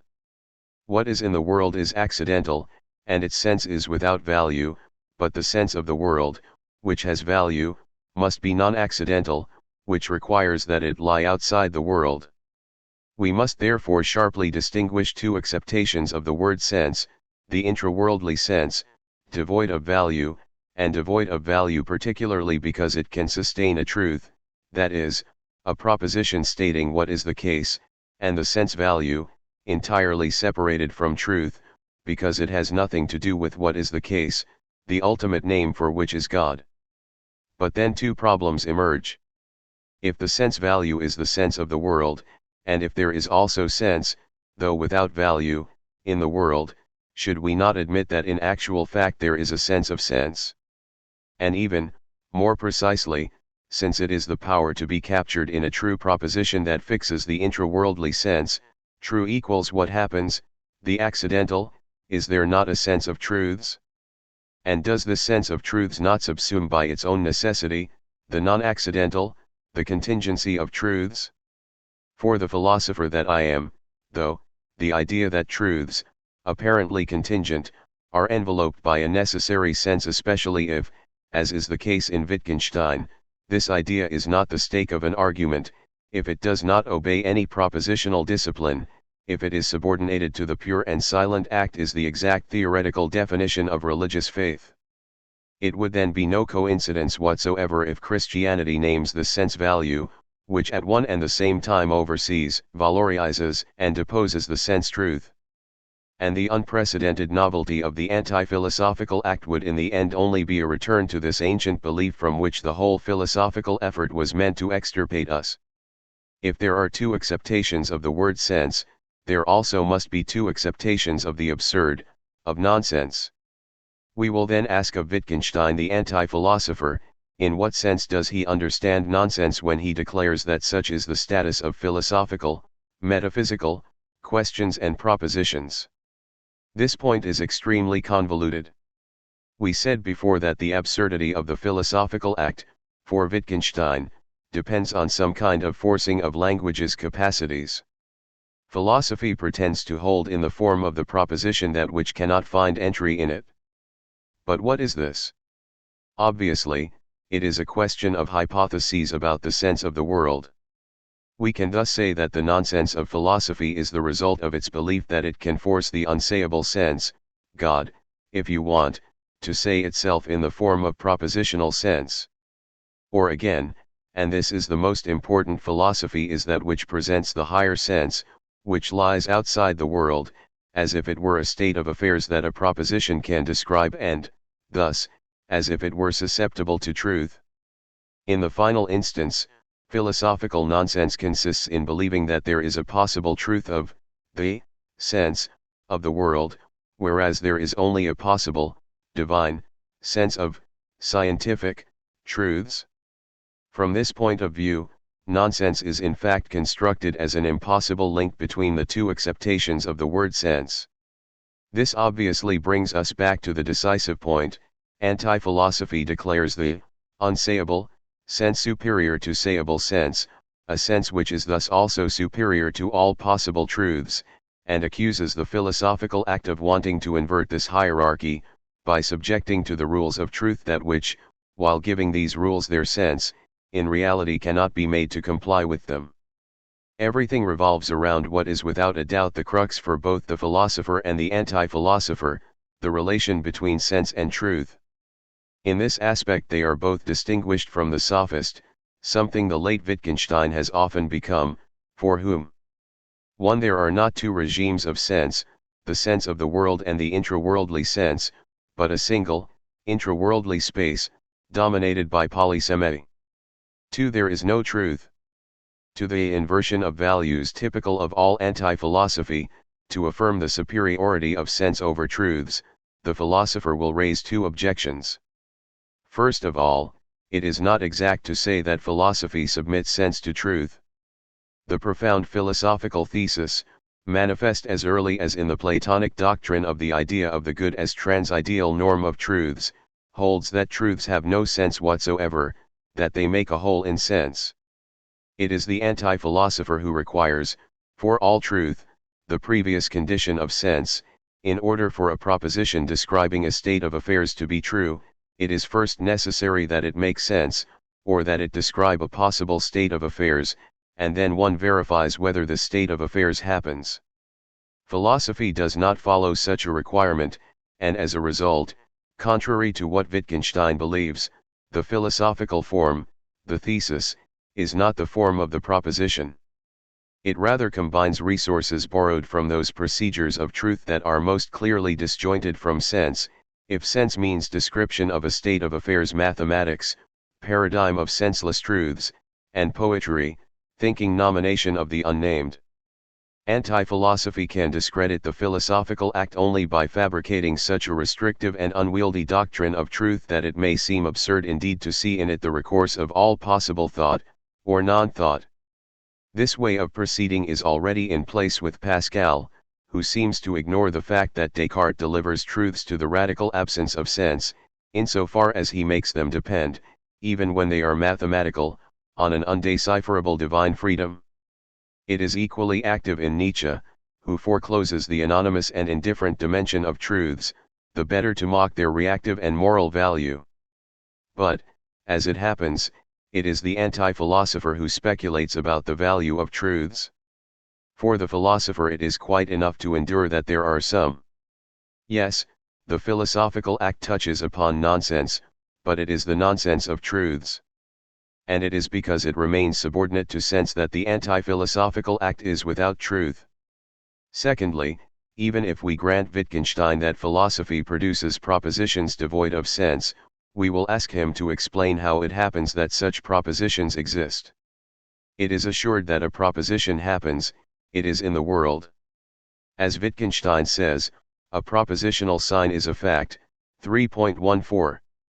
How should we characterize, as a fact, the philosophical proposition that is devoid of sense? On this point, Wittgenstein is far from showing the scruples that philosophers show when they treat, and they are always bound to do so, the delicate question of the existence of the sophistic saying. This question alone leads Plato, in the Sophist, to creative developments that are terribly complex. We would like the anti-philosopher to treat the existence of nonsensical, philosophical, propositions with the same liveliness, the same inventiveness, as that which pushes the philosopher to do justice to the existence of purely rhetorical, sophistic, propositions. What does Wittgenstein refer us to? To the confusions of ordinary language, to homonymies, to the interferences among different functions, to the example, elaborated by philosophers since the dawn of history, of the word is, which figures as the copula, as a sign for identity, and as an expression for existence, 3.323. And he concludes in all tranquility, in this way the most fundamental confusions are easily produced, the whole of philosophy is full of them, 3.324. So the problem of propositions devoid of sense is easy. Let us make a little entry into this easiness. When I say that a proposition is devoid of sense, I form a proposition. This proposition describes a state of affairs, namely the philosophical proposition devoid of sense, here treated as pure fact. This requires devoid of sense to be 1. An immediately understandable property, which can be attributed to the state of affairs, the philosophical proposition, which means that there is a sense to the fact of not having any sense, that nonsense belongs, like everything that can be thought in the form of a proposition, to the register of sense. 2. A substantial possibility for the combination of objects of which this proposition is devoid of sense is the linguistic picture. Which amounts to saying that a nonsense must be rooted in the eternal being of objects, as the singular combination of indiscernible objects. Plato addresses this type of question tied as far as he is concerned to the ontological status of the sophist's mimetic saying with an exemplary seriousness. He is thus led to revise his doctrine of being in such a way so as to make room for a support of being of non-being. One can hardly say that Wittgenstein, in arguing against philosophical propositions, makes a comparable effort. The easy linguistic confusions he invokes aside from the fact that from a distance they are responsible for the mediocrities of ordinary language philosophy are not even consistent with his own ontology. The only other path if one does not want to engage in the rigorous examination both of the sense of nonsense and of that which supports it in the eternal being of objects would be to affirm that philosophical propositions are forms of strict nonsense, words without consequences, material sequences that are linguistically incomprehensible. Thus, to affirm that philosophy is not nonsensical, but void, in the precise sense that it does not form propositions at all. But in that case the anti-philosopher would be deprived of all critical subject matter, of the capacity to present his act as a brake, as well as a relay, with regard to the philosophical act. Aside from the fact that it would be rather difficult to comprehend how it happens that whole centuries have understood the philosophical propositions. In the end, the triple instance of non-thought, naming, the impossible, nonsense, meets the obstacle of the triple existence of the poem, the matheme, and philosophy itself. Nevertheless, we are far from having exhausted Wittgenstein's resources. For the opposition between sense of the world and intra-worldly sense, which underlies the chiasmus between philosophy and anti-philosophy on the question of sense and truth, refers ontologically speaking to the difference between what is necessary and what is accidental. Now, if a state of affairs happens in the world in an absolutely contingent fashion, there nonetheless exists a figure of necessity of the form world as such. And this necessity confers another status upon truth than its purely empirical status. This problem, which is the problem of logic and of its ontological basis, requires that after the elementary proposition we examine the complex proposition. Occupying 2/3 of the Tractatus, this movement from the simple to the complex is inscribed in the anti-philosophical strategy in the following way: insofar as there are eternal truths, non-accidental and non-empirical, which can take the form of propositions, and finally there are some, namely, the propositions of logic, they have no counterpart whatsoever in the real. Consequently, the real does indeed concern the act, and not the proposition. The point is to prepare oneself for the mystical element by the voiding of eternity inscribed in the logical propositions. This preparation culminates in the two statements that follow. 6.1 The propositions of logic are tautologies. 6.11 Therefore the propositions of logic say nothing. 8. What is a complex proposition? Since the elementary propositions describe combinations of objects, states of affairs, one could easily imagine that complex propositions describe combinations of states. To the simple unity of objects there would correspond the simple unity of names, to a combination of objects, a state, there would correspond an elementary proposition, and to a combination of states, a complex proposition, articulating several elementary propositions among them. The essential ontological difficulty of this arrangement, in which elementary propositions are to complex propositions what names are to elementary propositions, lies in the fact that while objects can be combined, if they have external relations, states cannot. We have already seen that a state of affairs is absolutely independent. The statement 2.062 indicates in all clarity that, even as concerns the fact of happening, that is, of existing, of being of the world, states have no relation whatsoever among themselves. From the existence or non-existence of one state of affairs it is impossible to infer the existence or non-existence of another. States of affairs are independent in the order of substantial being, and without any correlation in the order of worldly existence. Thus, a complex proposition is in no way destined to present a picture of an intrinsic combination, whether ontological or evental, among states of affairs. Supposing that complex propositions can secure a necessity, something non-accidental, in no case would it be a question of a real necessity, which would designate effective, substantial or worldly combinations between multiples of objects. What then can be the sense of complex propositions? At first, a complex proposition is absolutely nothing else than a juxtaposition of elementary propositions, with each one of them describing a state of affairs. As long as one remains at this level, any such juxtaposition has sense, which is nothing else than the sum of elementary descriptions. Hence, the complex proposition has no interest whatsoever if one relates it to the eternal being of objects and of their combinations. It is a simple enumeration of states. The complex proposition becomes interesting when one examines the existence of states in reality, in the world. That is to say, when one takes into account the capacity of propositions to be true or false. Take for example an elementary proposition P, which describes a certain state of affairs. And take the elementary proposition Q, which describes another state. The juxtaposition of P and Q could be said to be true, with both the state of affairs described by P and the state of affairs described by Q having happened, or being observable in the world.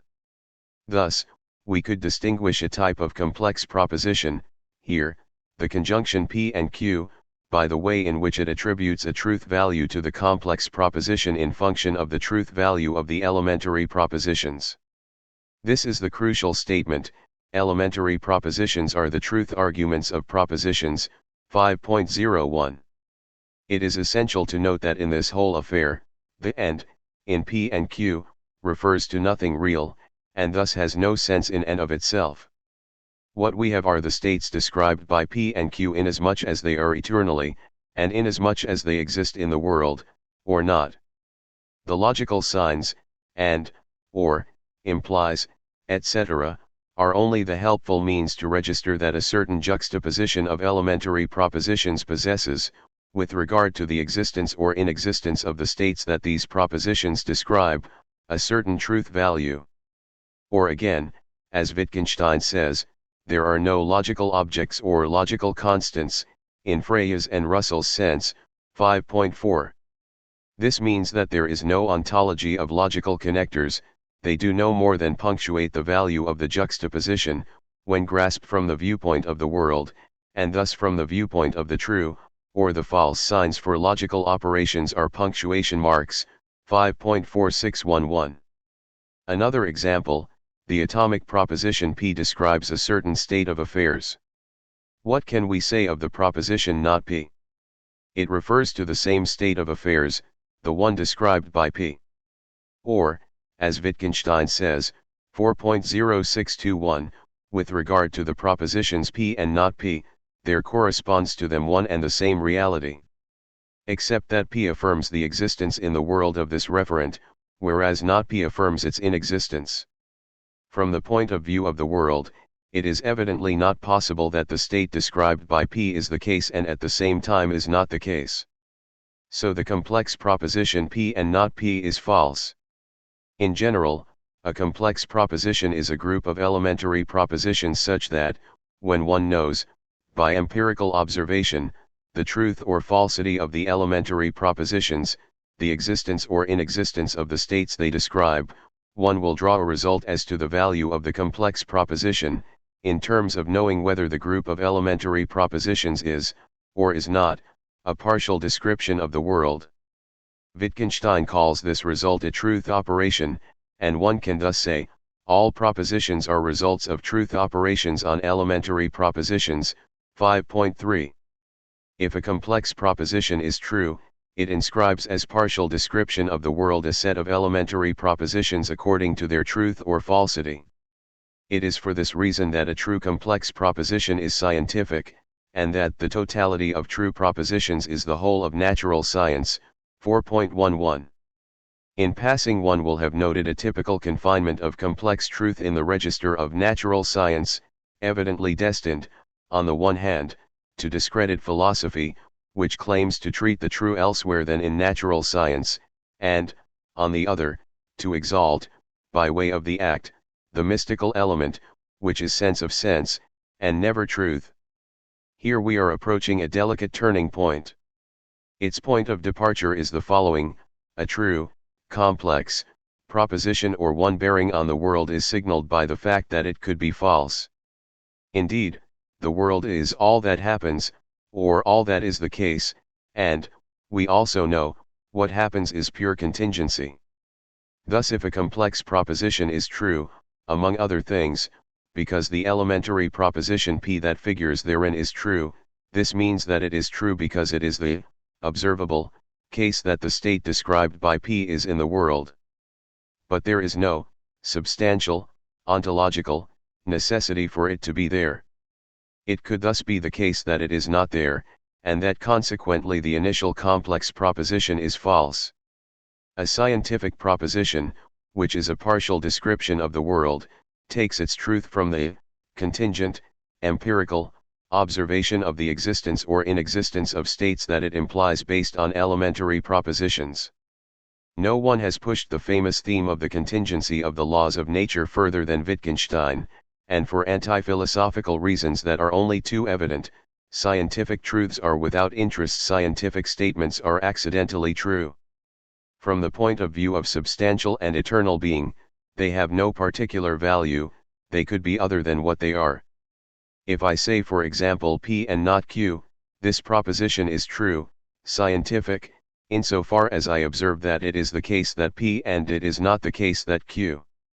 A proposition is part of the science of nature based on the fact that I observe the existence or inexistence of the states concerned. But nothing in the proposition itself indicates to me that it is true, hence scientific. I must make the detour through the pure chance of the world. What should we make then of those complex propositions, if they exist, that are true independently of the reality of the world, independently of what happens? Let us take the example of the complex proposition P or not P. The or, without real referent, signifies only the following: I consider the state described by P, and I affirm that it either happens, exists in the world, or else it does not happen. It is clear that the world, whatever it is, and precisely because it is on the order of the event, requires that it be one or the other, contrary to eternal substance, where the possibility that this table is yellow is a combination of objects that is composable, even if without any link, with the possibility that it not be yellow. But if one happens, the other does not happen. As a result, the proposition P or not P is true wholly independently of the question of knowing whether the state described by P exists or not. And as a consequence, independently of what the world is. We finally discover a necessity, that of the truth of certain complex propositions. A proposition that is necessarily true, whatever the world may be, and thus whatever the accidental, contingent, value of the atomic propositions that figure in it may be, will be called a tautology. These are the propositions that secure an order of necessity subtracted from the radical contingency of the truth of scientific statements, in the sense of natural science. This order is logic. The propositions of logic are tautologies. 6.1. But of what necessity is this the necessity? Evidently it is not a necessity of the world, or in the world. And this for the good reason that tautologies say nothing of the world. And rightly so. To say something of the world is always to affirm, or deny, that this or that state happens. Now the truth of a tautology in which an elementary proposition P figures is precisely indifferent to this point, because it must always maintain itself, whether one supposes that it is the case that P or one supposes the contrary. Whence the fundamental statement, the propositions of logic say nothing. 6.11. In fact, there is no necessity of the world, or in the world. This is a constant theme of Wittgenstein's. There is no compulsion making one thing happen because another has happened. 6.37. But there is necessity for the world. There are, empty, laws imposed on states as soon as they happen, or not. For example, it is a necessity that the state described by P, if it happens in the world, cannot not happen. Whence the tautology P or not P, the or is strict, exclusive. Or again, it is a necessity that if the state described by P is the case, and if the state described by Q also is the case, then it is impossible that the case of Q forbid the case of P. Whence the tautology P and Q implies that not dash, Q implies not P, dot. All this is indifferent to the fact of knowing whether or not all these states happen in the world. Let us anchor the vocabulary, at some distance from Wittgenstein's, which is not always stable. Let us call the being of a state its substance, a combination of objects. It is in describing this being that the elementary proposition has sense. Let us call the existence of a state the fact of happening, the fact that it is the case in the world. It is by rightly affirming existence that the proposition is true, by wrongly affirming it that it is false. An existence is never necessary, it must be observed, and the true propositions that are linked to the observations of existence are scientific. Tautologies, which are necessary, are not linked to any observation of existence. Nonetheless, they are also not laws of being, because in being, or substance, the state P and a state that is existentially incompatible with P can perfectly co-be. Tautologies are laws, not of what exists but of existence. Let us understand by this that it is for every possible world, for worldhood, or existence, in general, that statements like P and Q implies that not dash, Q implies not P, impose themselves. These necessary statements, which show what Wittgenstein calls the scaffolding of the world, and which is something other than what exists in it, bring the gap between sense and truth to its culminating point. Indeed, the price they pay for their necessity is not having any sense. Tautologies and contradictions lack sense. 4.461. This much is assured, since tautologies describe no world in particular. Finally, the world is on the one hand absolutely accidental and lawless in the singularity of its existence. But, on the other, it is logically prescribed, in the sense that the sole fact of existing carries with it certain logical constraints. Let us add that these constraints are devoid of sense, whereas sense reigns in the chance of the world. The split distribution is said as follows: outside logic everything is accidental. 6.3. Tautologies thus stand in a definable rapport to the world, which is that of prescribing to it its form qua world, through an empty legislation of existence, of happening, in general. This prescription is not a saying, it is a showing of the laws that constrain all saying, since all saying describes a world and tautologies are true for every world.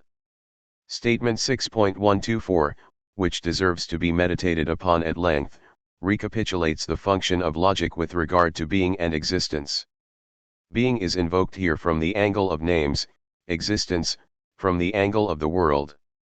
The propositions of logic describe the scaffolding of the world, or rather they represent it.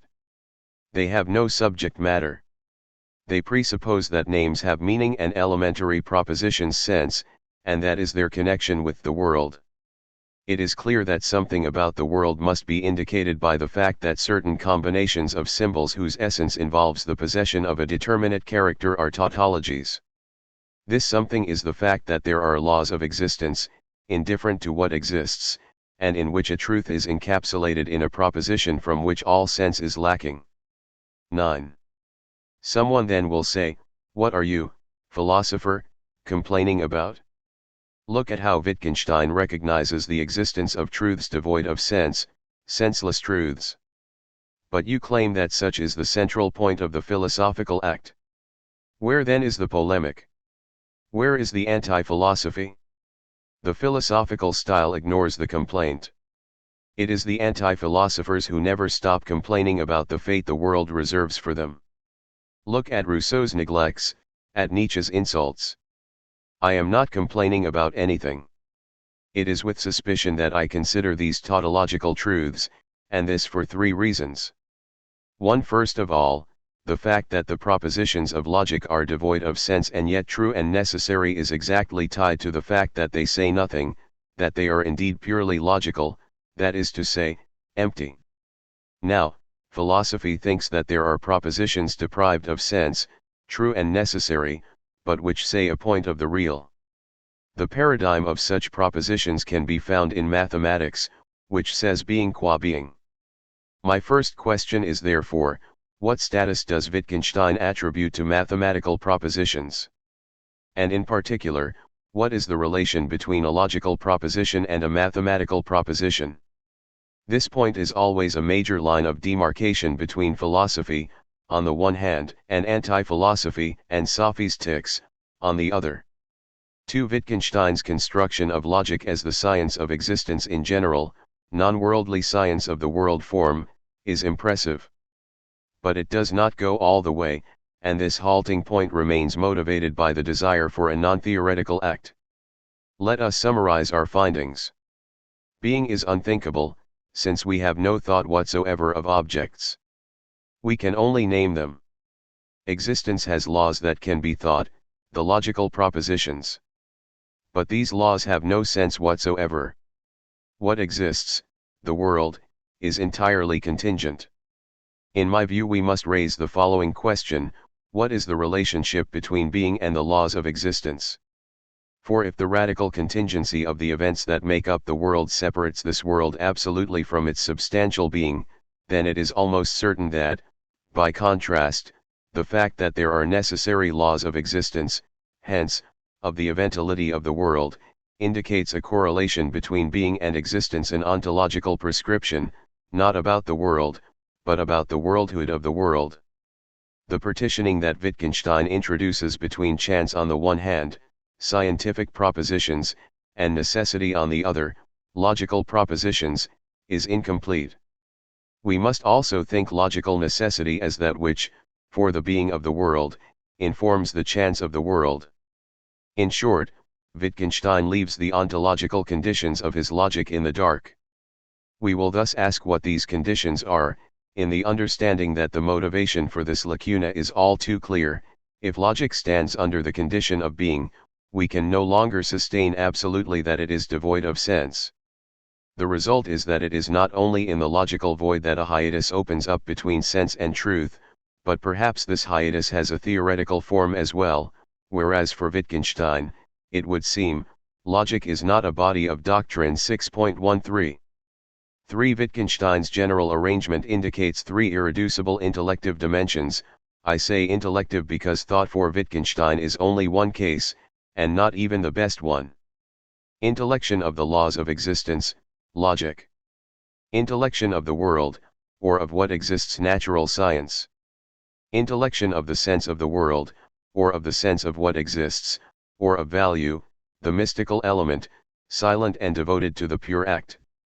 We see that the saying, the propositions endowed with sense, situates itself between two non-sayings, the logical one, devoid of sense, which nonetheless inscribes itself in propositions, tautologies, and the aesthetic, or moral, one, which, for its part, is radically rebellious to all propositional inscription. The question then will be what common feature there is, from the point of view of substantial being, between the two figures of showing, or of non-saying, the one which is quasi-propositional, logic, and the one which is silent and which gives way to the anti-philosophical act. To cut to the chase, we will ask, directly following the lead of Lacan's teaching, if there is a logic of the act. These three questions will structure the whole final part of my argument. 10. The simple question, is mathematics a form of thought, subterraneously organizes the debate between philosophy and anti-philosophy. Why?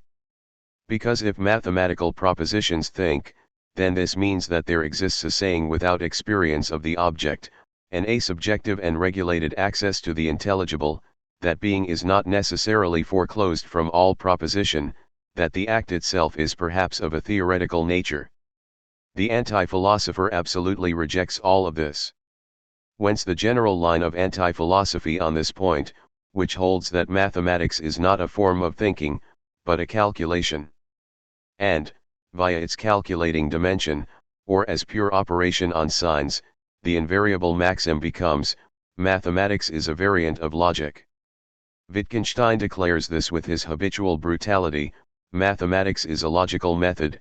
6.2. Throughout the continuation of his career, Wittgenstein will prove himself extraordinarily stubborn in his resilience against the idea of mathematics as a singular form of thinking.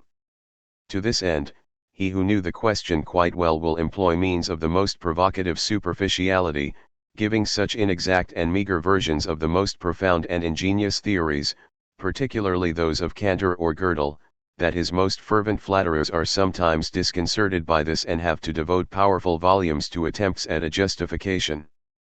This fierceness is the result of Wittgenstein's conviction, in which he is justified, that, since Plato, mathematics has been the decisive support for what he considers to be the greatest imposture, the metaphysical imposture. To reduce mathematics to the common denominator, to show by all means, including the lowest ones, that there is nothing in mathematics that one cannot find in any language game whatsoever, preferably the most futile, is an ungrateful and endless job, but the game is worth the effort. One thus will preserve the rights of ordinary language philosophy as a substitute for the nefarious seizure of truths, which is proper to the philosophical act. As the late Wittgenstein becomes a sophist, the essential procedures consist in relativizing, suspending, anthropologizing mathematics, making it into a conventional game that in the last instance depends on our linguistic habits. A passage from the notes published with the, particularly ironic, title Remarks on the Foundations of Mathematics will illustrate this point. We will notice that after the constantly affirmative style of the Tractatus there follows a constantly interrogative style, which is the quasi-physical marking of the moment when one form of anti-philosophy, tired of silently waiting in vain for its unprecedented act, loses itself in a suspended chatter borrowed from Safi's tics. We will also see that at the end of this riddling, it is not the firm virtue of criticism that invades us but a kind of opaque vertigo. Imagine set theories having been invented by a satirist as a kind of parody on mathematics. Later a reasonable meaning was seen in it and it was incorporated into mathematics. For if one person can see it as a paradise of mathematicians, why should not another see it as a joke? The question is, even as a joke, isn't it evidently mathematics? And why is it evidently mathematics? Because it is a game with signs according to rules. But isn't it evident that there are concepts formed here even if we are not clear about their applications? But how is it possible to have a concept and not be clear about its application? 1. In the Tractatus, the line followed is both more radical and more consistent. It comes down to desingularizing mathematics by identifying it with the vacuity of logic. The reasoning relies entirely on the fact that, according to Wittgenstein, a mathematical proposition is always an equation. The logic of the world, which is shown in tautologies by the propositions of logic, is shown in equations by mathematics. 6.22. But an equation says nothing about its two members, it is not interested in the question of whether it is the case or not. Thus, to establish an equation, we have no need to look at the world, which proves that mathematical propositions have no sense.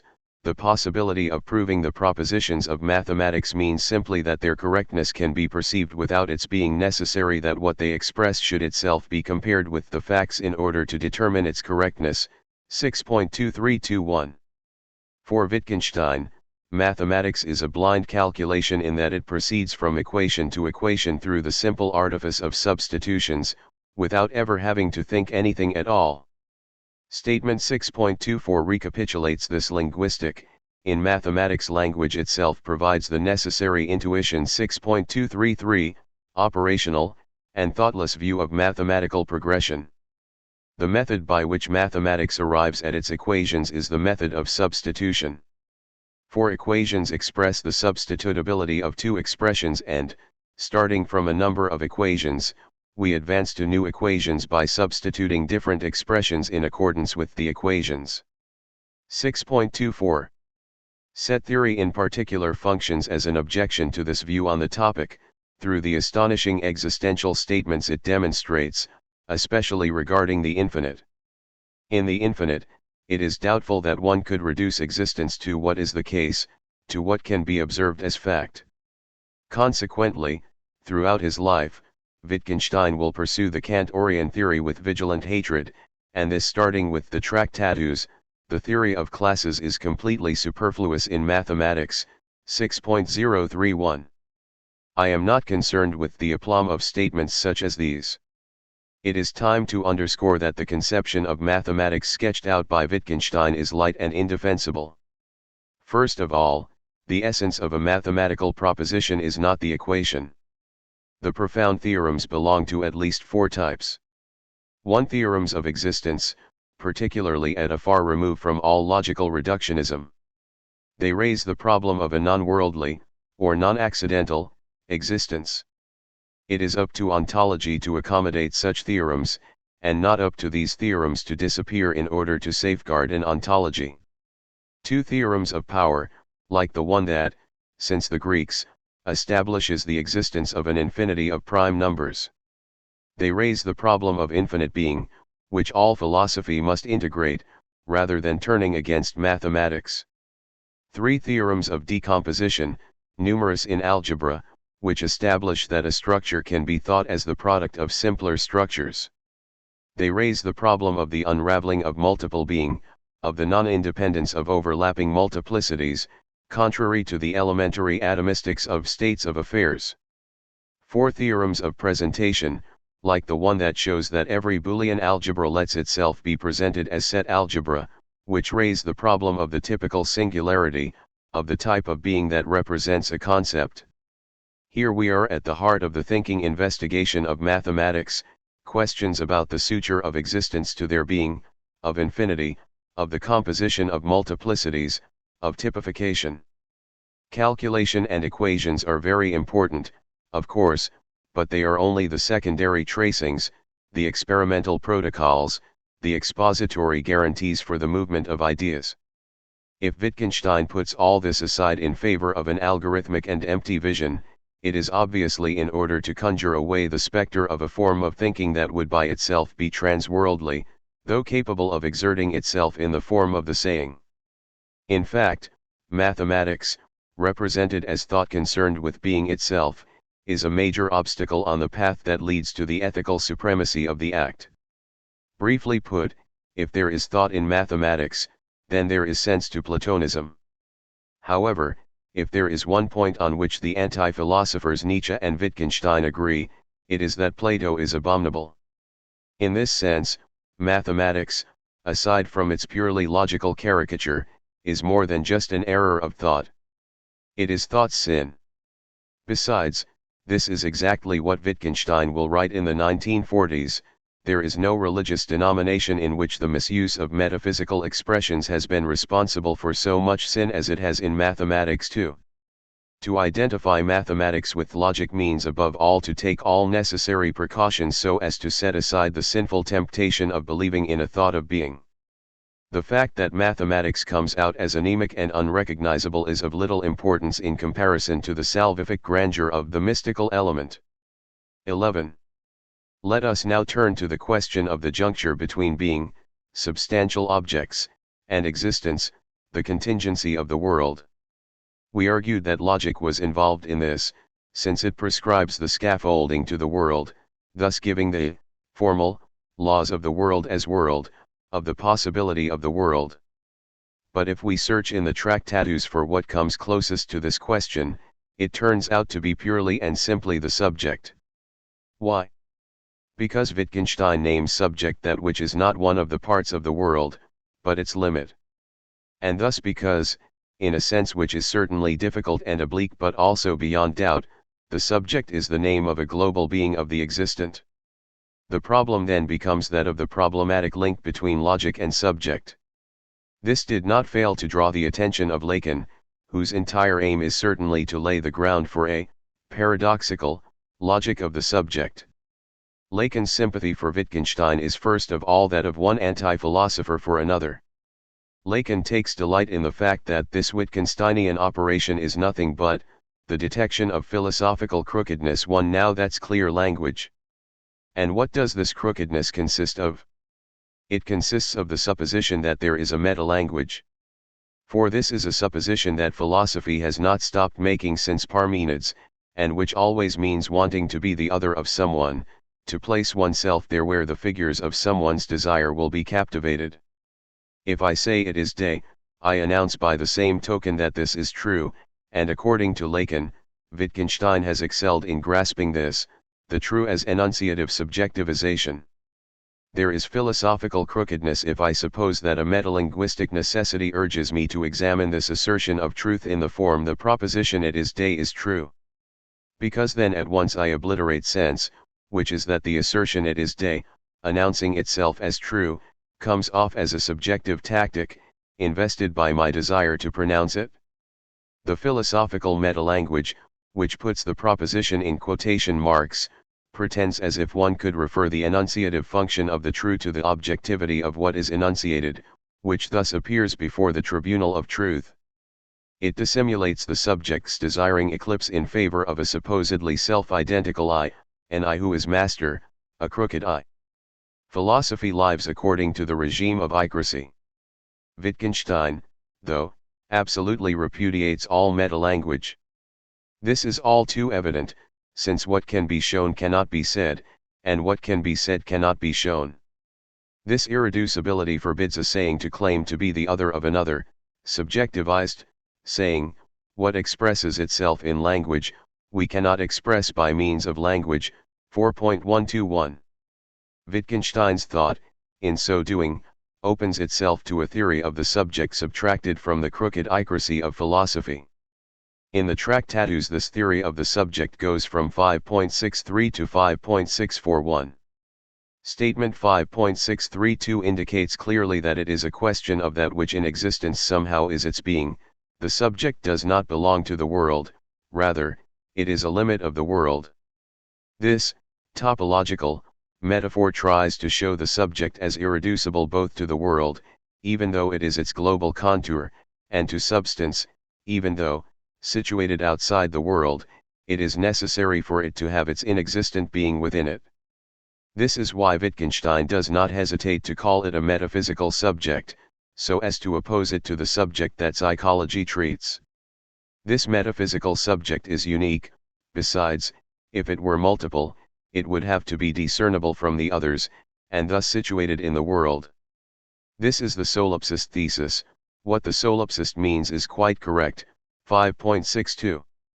The unicity of the subject is coextensive with that of the world. I am my world. 5.63, and it is existent, articulated, only by the world. One would then expect logic, which is the prescription of the world form, and subject, which is the name of the unicity of the world, to be tied together. For them to be tied as the reason of that which, of being, lets itself be thought in existence. And consequently one would wish, with a desire that is admittedly philosophical, for the sense of the world to find at least its anchoring in a logic of the limit, which would elucidate subjective solipsism from the angle of logical propositions. But Wittgenstein does not take this path. The reason for this is that the subject, even if it is the limit of the world, essentially falls outside the world, so that it will find itself entirely on the side of the act and subtracted from the saying.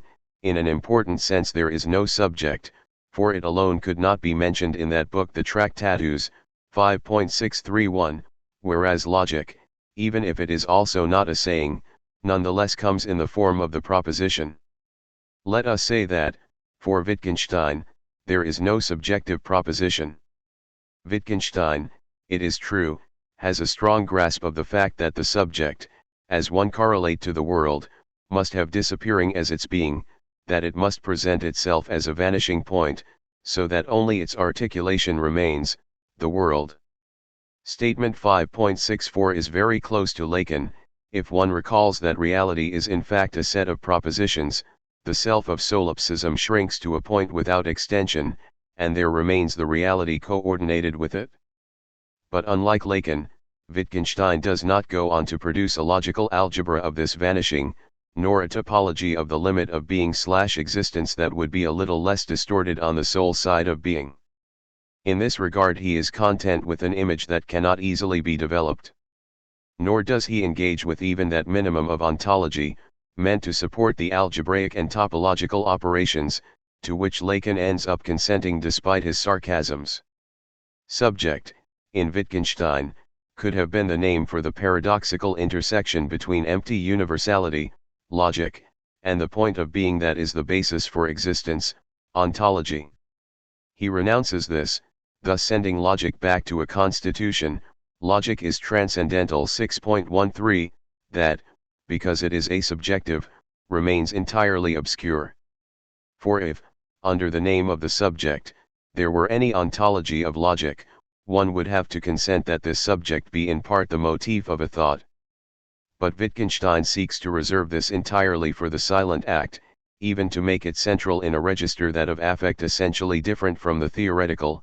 Feeling the world as a limited whole, it is this that is mystical. If one remembers that the subject is precisely a limit of the world, this must be understood as follows: the solitary feeling by which the solipsist subject is shown to me is a silent feeling. It must be that whatever of existence touches upon its being is a matter for the act, and not for thought. 12.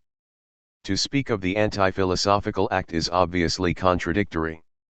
What is more, one feels a certain, philosophical, embarrassment for having to adopt a biographical posture to do so, since it is the living subject who personally bears witness to that which exceeds the world toward the unsayable transcendence of its sense. I will limit myself in this regard to a series of punctuations. 1. The act is that by which a value manifests itself. It is thus what institutes a difference. 4. In the world, there is no difference, all true statements have the same value, which means that they have none. A value, which is also an instance of the sense of the world, exists in the world as a particular element, opposed to the scientific element, which one will qualify as mystical. The act is the showing, without concept, of the mystical element. 2. A value that is actively shown can be called God. Let us illustrate this point once more with a remark from a notebook of 1930, what is good is also divine. Queer as it sounds, that sums up my ethics. 2. The act is that by which the word God takes on a sense. 3. The relationship of the act to writing concerns, not what is said, but the effect of what is said, which implies a deposing of the said. This is the sense of statement 6.54, the next to last one of the Tractatus. My propositions serve as elucidations in the following way: anyone who understands me eventually recognizes them as nonsensical, when he has used them as steps to climb up beyond them. He must, so to speak, throw away the ladder after he has climbed up it. He must transcend these propositions, and then he will see the world aright. The act, with regard to writing, is a discarding, a transcending.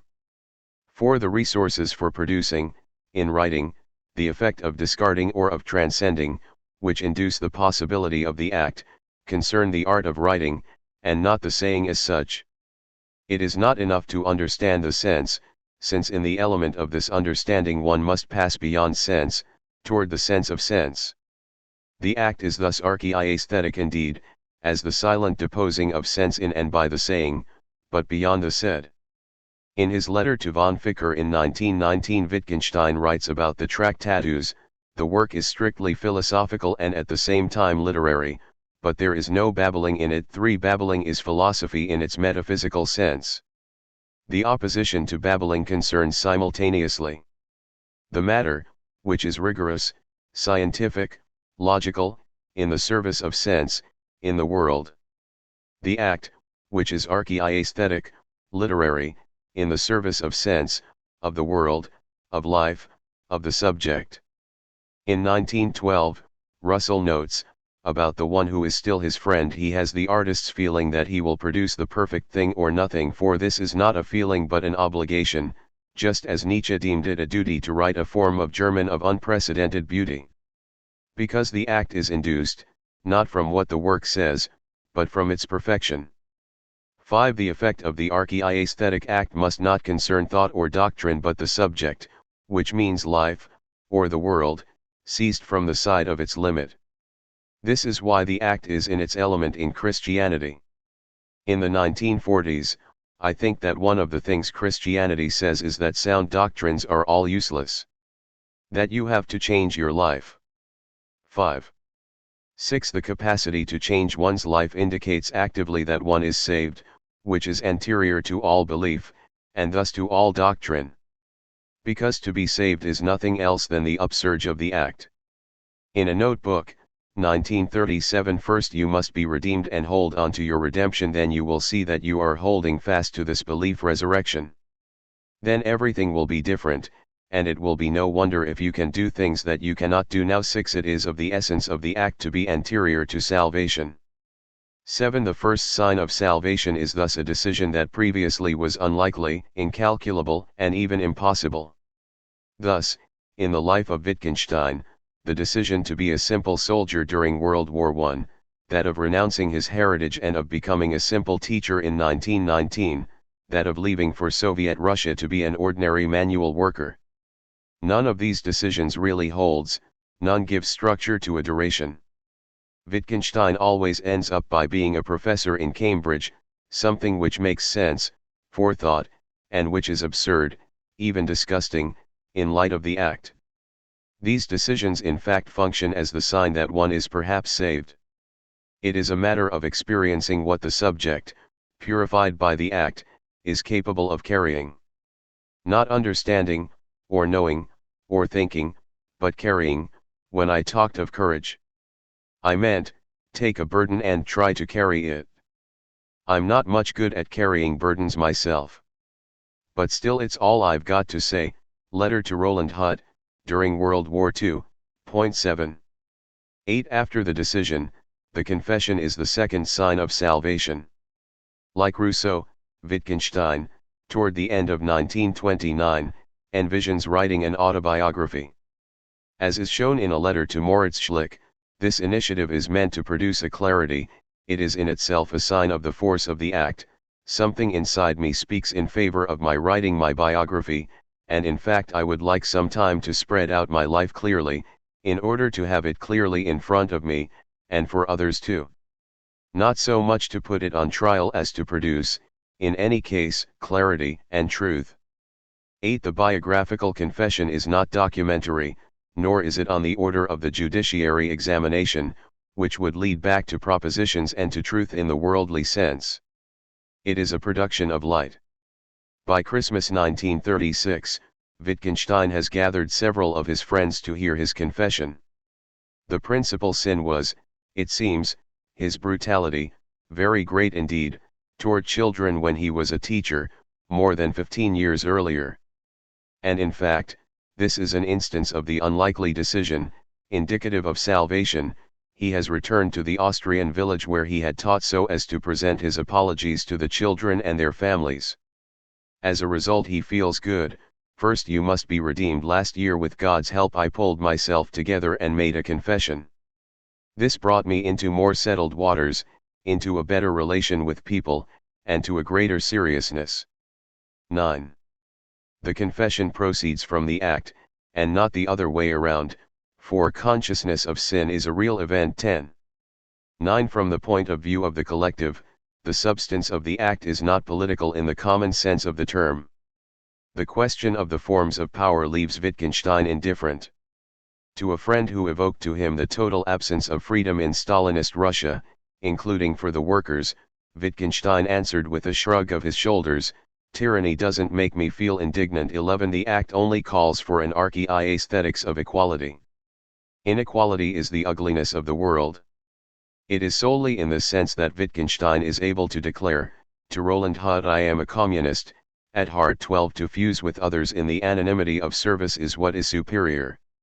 And the society that makes this possible, or even obligatory, for all, is the best. At bottom it is a question of generalizing the figure of the priest without doctrine. 10. With regard to form, the text to which the Tractatus should be compared is Mallarmé's "A throw of dice will never abolish chance."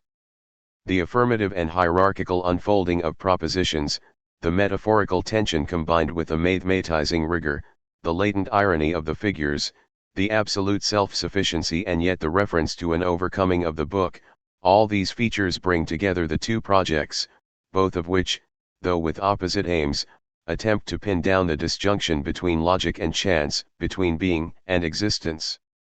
11. As for the content, the intimate alliance of a doctrine of language, a biographical impulse, the anteriority of salvation with regard to beliefs, the mystical element, an ambivalent relation to earthly loves, a transworldly theory of the cogito and of subjective purity, an attempt to subjectivize Christianity, and finally an abstract literary audacity, makes Wittgenstein into the long-term brother of Saint Augustine in the Confessions.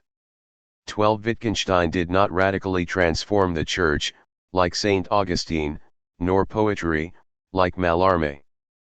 Beyond his poor existence in effect equal to that of anyone else, all that subsists to bear witness to his act is merely its negative preparation. Of this perhaps inexistent act, it is possible, even likely, that nothing remains that is capable of animating a subject. Of that which should overcome thought, only the thought is secured and transmissible. Henceforth Wittgenstein the anti-philosopher is delivered over to philosophy. Remarks. 1. Throughout this text I have used the translation of the Tractatus Logico-Philosophicus attempted by Etienne Balibar, in 1990, for the students of the University of Paris. I thank him very much for passing on a photocopy to me, since this translation is still unpublished.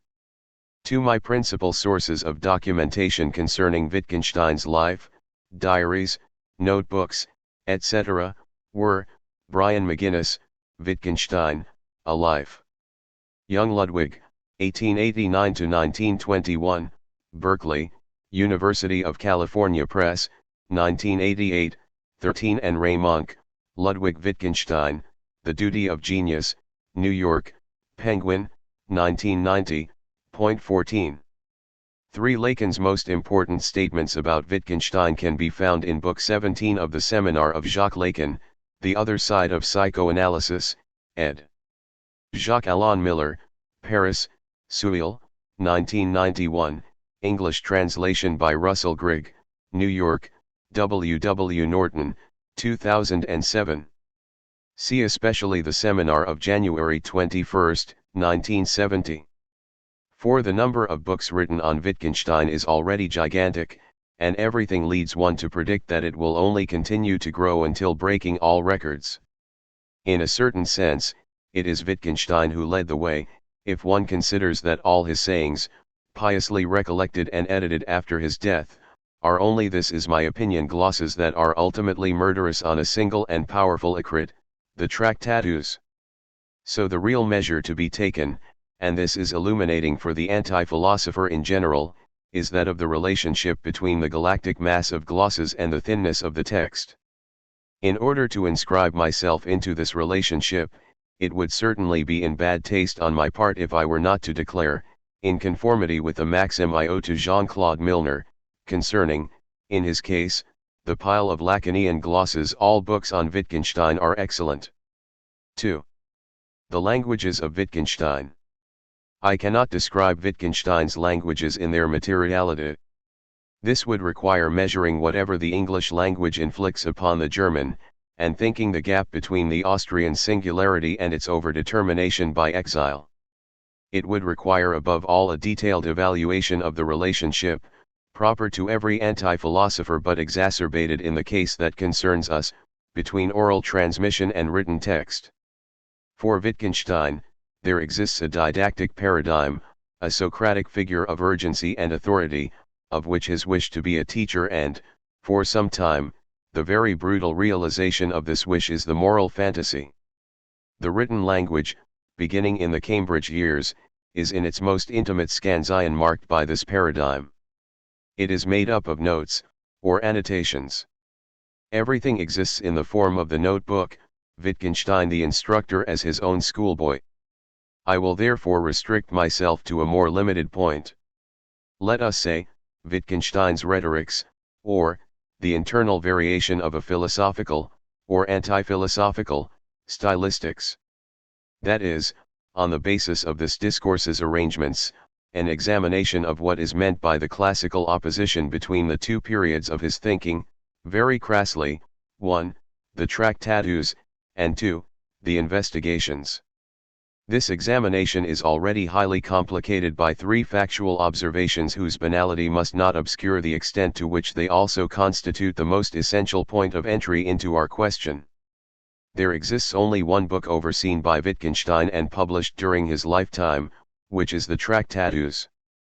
This book contains furthermore the clause about closure that is the famous statement of its preface. On the other hand, the truth of the thoughts that are here communicated seems to me unassailable and definitive.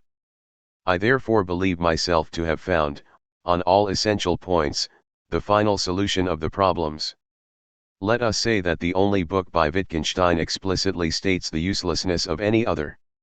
It is, in conformity with a dream that could well be called Mallarmian, the book.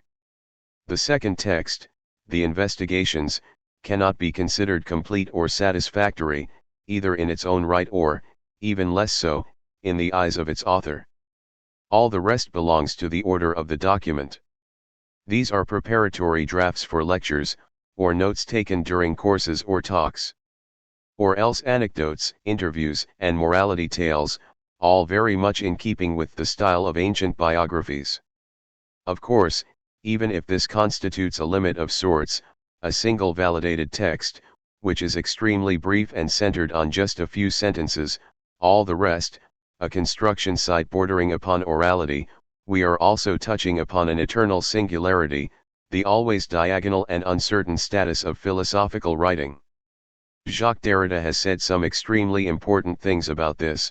though marked by a polemical spirit against the preeminence of voice, which is where I take my distance.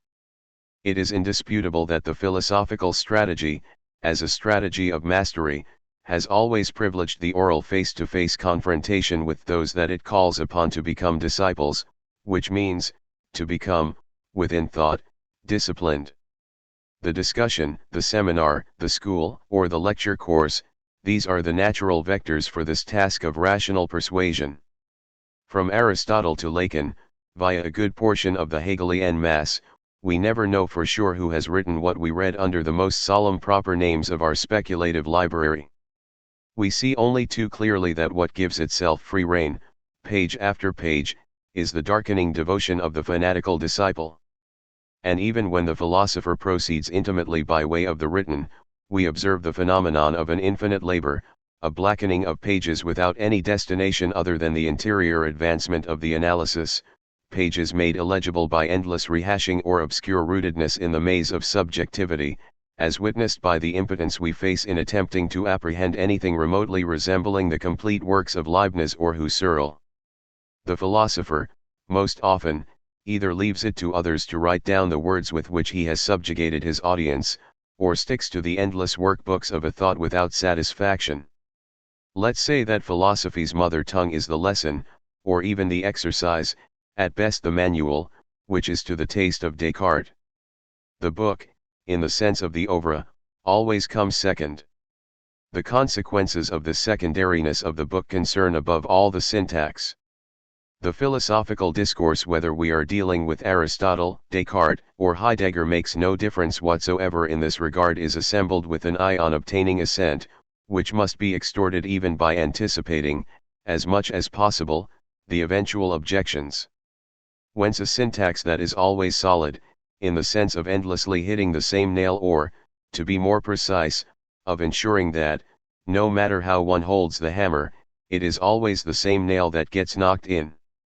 In this regard, the more a philosophy declares itself open, deconstructive, or even skeptical, the more rigorous are the artifices of its brooding.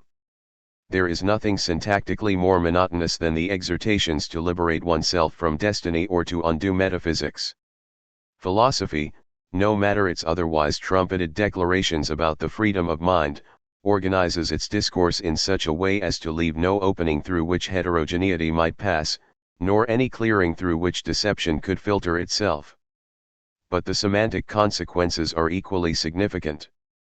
Words, no matter how ordinary they sometimes are, and, after all, God, or eternity, or the soul, or ideas, are utterly ordinary words, always turn out to be displaced by their persuasive destination, assigned to tours, ions, and unknown neighborhoods, since they must serve as standards for the universal rallying of minds.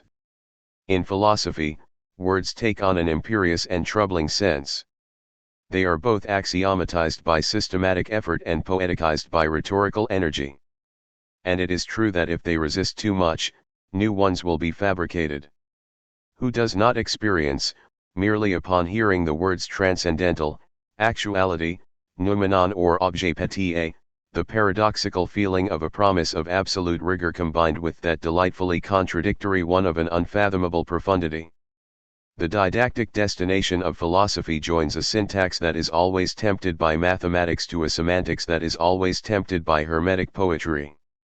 It aspires in one and the same movement to crystalline univocity and to absolute equivocation. In the case of Wittgenstein, the syntactical effect of solidity is put to the test all at once by the tractatus. It is a matter of producing an oeuvre without exterior, except that which, not being able to be said, cannot take the form of the oeuvre. The syntax of the tractatus, as infinite solidity, derives from two principles. A principle of integral affirmation. There is practically not a single interrogative sentence in the entire text. It is the opposite of the Platonic rhetoric of astonishment, of doubt, of the aporetic dialogue, of the interrogating suspense. It is a stylistics of the aphorism, which owes its consistency only to itself. In this we can decipher a subjective trait which, even while being taken up into writing in a completely different way, will subsist and even amplify itself in Wittgenstein's subsequent thinking, it is what, if one is kind, might be called his aplomb, and what, if one has the nerve of the psychoanalyst like Lacan, will be called his psychosis. That is, the certitude of being the organ of the true, often rendered impure by the conscience of being morally unworthy of such a function. A principle of montage, codified by the numbering. This is not a principle of argumentative concatenation. There is nothing that resembles a problem to be solved in stages. The style cuts to the chase by deciding everything in an instant, nor is it a principle of subordination, since for the Wittgenstein of the Tractatus, all true statements are equivalent to one another. This is certainly a formal property of the calculation of statements, but more profoundly it means that in the realm of the sayable there exists no norm for measuring the importance of what is said. In fact, the montage and its numerical ornaments designate a flexible rapport or assemblage of planes between what has a global value and what is merely a local illustration. This disposition of aphoristic planes spreads out between the world as a place of the sayable and the sense of the world as a place of the unsayable, or of the mystical element. The semantics of the Tractatus does not escape the rule of equivocal variation. Its paradigm is the meaning of the word sense, sin, which circulates equivocally between the sense of the proposition, which is the eternal foundation of its possible truth, and the sense of the world, or its value, which can only be shown in the unsayable ordeal of an archaeaesthetic, or, which is the same, archaeethical, act. Finally, the syntactical principle of the montage, with its external paraphernalia such as the typical numbering and its appearance of internal rigor borrowed from the newly mathematized logic, is destined, as always in philosophy, to frame what supports the seduction and the rallying, which is the ineluctable semantic variation. In Wittgenstein's only book, every nomination is suspended by the montage between its side of truth, which is empirical or worldly, and its side of value, which is transworldly and rescinds the act of nomination itself. This is why Wittgenstein's language is subjected from within to a terrible torsion. Let us observe first of all that the syntactical solidity, the idea of a definitive presentation of planes arranged between the sayable and the unsayable, the motive of what one might call an aphoristic completeness, all this is finally conditioned by its inessential character, even in the eyes of Wittgenstein himself. Let us say that the presentative syntax is all the more complex and peremptory the more what is presented has no decisive importance for the author's meditation. Sure, all the problems are solved, but in order to show how little is achieved when these problems are solved, preface.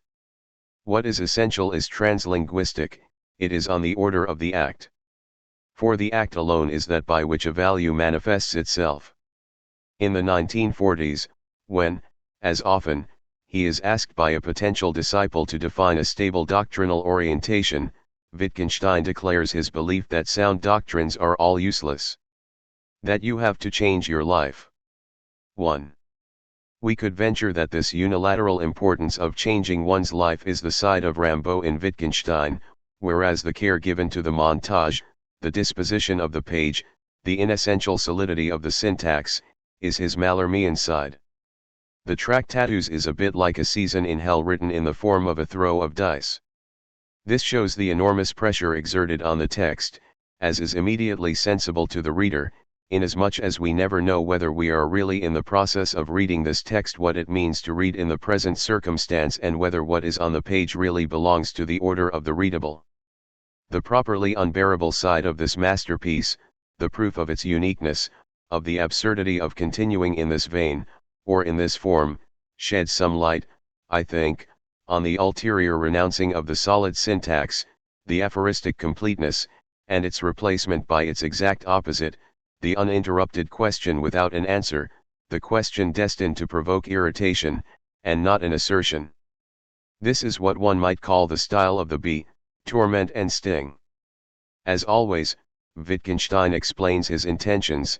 Such a contradiction is of interest only because it has tormented people, and because this shows both how tormenting problems can grow out of language, and what kind of things can torment us too to put in place torment, so as to make clear that the only inner peace, no matter how unlikely, is in any case guaranteed to stem from the act, and not from discourse. Wittgenstein's rhetoric thus passes from an impressive but inessential solidity to an irritating, deceptive but essential harassment. The aplomb, or the psychosis, that remains takes refuge in the much flaunted relevance of the most evasive exercises. They will almost always begin with "we might say," for example, or "we can imagine." Let us give a typical example of this second rhetoric, of this swirling language. How does one count in the decimal system? We write 2 after 1, 3 after 2, 14 after 13, 124 after 123, and so on. That is an explanation for someone who, while there is indeed something he doesn't know, does understand, and so on. And understanding it means not understanding it as an abbreviation. It does not mean that he now sees a much longer series in his mind than that of my examples. That he understands it comes out in his now making certain applications, in his saying this and acting so in particular cases. How do we count in the decimal system? Now, is that not an answer? But it isn't for someone who did not understand it, and so on. But may our explanation not have made it intelligible to him? May he not, through it, have got hold of the idea of the rule? Ask yourself, what are the criteria for his having got hold of the idea now? What is it that compels me, the expression of the rule? Yes, once I have been educated in this way. But can I say it compels me to follow it? Yes, if here one thinks of the rule, not as a line that I trace, but rather as a spell that holds us in thrall. Point 3. Taken from one of Wittgenstein's most inexistent books, The Remarks on the Foundations of Mathematics, a posthumous mass of notes going back to the period 1937 to 40, this passage is not for this reason any less characteristic of the swirling, aggressive and retractile style of the second period. Between the questions that nobody would dream of raising, the paradoxical and promptly contradicted answers, the transformation of each answer into a question and vice versa, the concrete examples that are especially abstract, the rhetoric of agitated uncertainty, in short, the hystericization of the whole discourse, pushing every supposed reader to the point of vertigo, which is also a trying accusation. The text in the end imposes less a position than a deposition, we could even say a capitulation, which is the subjective essence of the essential hassle or harassment. For the aim is ultimately to establish that there are only rules, whose efficacy stems from anthropological particularities. This is why we can compare the logic of the sequence of numbers to a spell that holds us in thrall. The inessential solidity, which relies on a syntax of affirmation, was a hidden aphoristic assemblage whose ultimate guarantee was an ontology, namely, that of objects. The essential harassment is an anthropological disassembling of solid evidences, in favor of the contingent plurality of rules and the eradication of all ontology. The languages themselves, without entering into too much detail, are also different.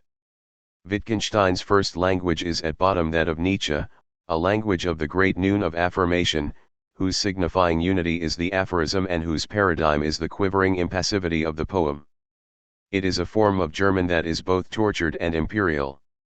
The second, highly marked by the didactic element and the perpetual inquiry, of which English is the underlying model, is a deliberately minor language, which holds any affirmation that is overly solidified into the phrase to be a metaphysical impoliteness. This being said, are there invariants? Yes, there are. Are we always dealing with Wittgenstein, and in what sense? Yes, it is always a question of Wittgenstein the anti-philosopher. That is to say, in the final analysis, an adversary of mathematical pretension, an enemy of Plato. First, negatively, if one holds that no discipline can pretend to escape the anthropological dissemination, the ruled contingency of every constraint, then it will be necessary to demonstrate with the greatest urgency that this indeed applies to that language which is most evidently inclined to imagine itself able to represent the universal necessities, the language of calculus and of proof. The core of the question consists in the divestiture of mathematics.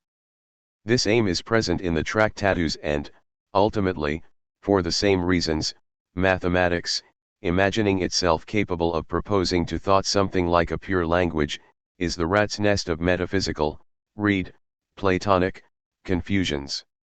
Consider for example the following: there is no religious denomination in which the misuse of metaphysical expressions has been responsible for so much sin as it has in mathematics, for the conviction of the philosophically sinful nature of mathematics traverses all of Wittgenstein's styles. Then, positively, whether within the imperial aphorism or the didactic harassment, the fundamental value remains on the order of the act, and thus is subtracted from the play of judgments. This, too, is a constant, which designates the totality of what is said or written as being inessential. What is indicated in the anthropological dissemination of language games is the radically of the ethical choice, which is without concept and for which, from one end of Wittgenstein's endeavor to the other, only indeterminate words are appropriate: the mystical element, God, the divine. As a notebook entry from 1930 declares, what is good is also divine. Queer as it sounds, that sums up my ethics. 5. The essence of life remains unsayable, for its stakes, its gravity, consist in taking a burden and trying to carry it. 6. Hence, what takes the place of the aphorism and its numerical spacing is of the order of the metaphor, or even of approximation pure and simple, since the ultimate value of language oscillates between its ethical nullity and its anthropological relativity. Let us say that, syntactically, there can exist no rule of rules, and, thus, no univocal style, and, semantically, since the absolute stems from the act, all significations are both rule-bound and free-floating. In a highly consistent fashion, the imperial stylistics of univocity is followed, but at bottom for the same reasons, by a writing style that accepts, or vindicates, that there is no rule for the use of words. The hassling is then something like an injunction without a law. Or, every ethical style is linguistically solipsistic, which means that language can be measured therein only by its immediate effects. I maintained that, in the Tractatus, the element of equivocation is always severely framed by the syntax. The second Wittgenstein suppresses the framing and installs himself within a free-floating methodology. The semantic drift is a major procedure of the style of harassment, which seeks to impose the anthropological dissemination of rules. This drift is finally supported by the equivalence of sensible constraints, the complete destabilization of words, and the abolition of the principle of non-contradiction. The following is a typical example, still from the Remarks on the Foundations of Mathematics, in which we find an amusing reminiscence of the deceiving God of Descartes. Could it perhaps be imagined that where I see blue, this means that the object that I see is not blue, that the color that appears to me always counts as the one that is excluded? I might for example believe that God always shews me a color in order to say, not this. Or does this work? The color that I see merely tells me that this color plays a part in the description of the object. It corresponds, not to a proposition, but merely to the word blue. And the description of the object can then equally run, it is blue, and it is not blue.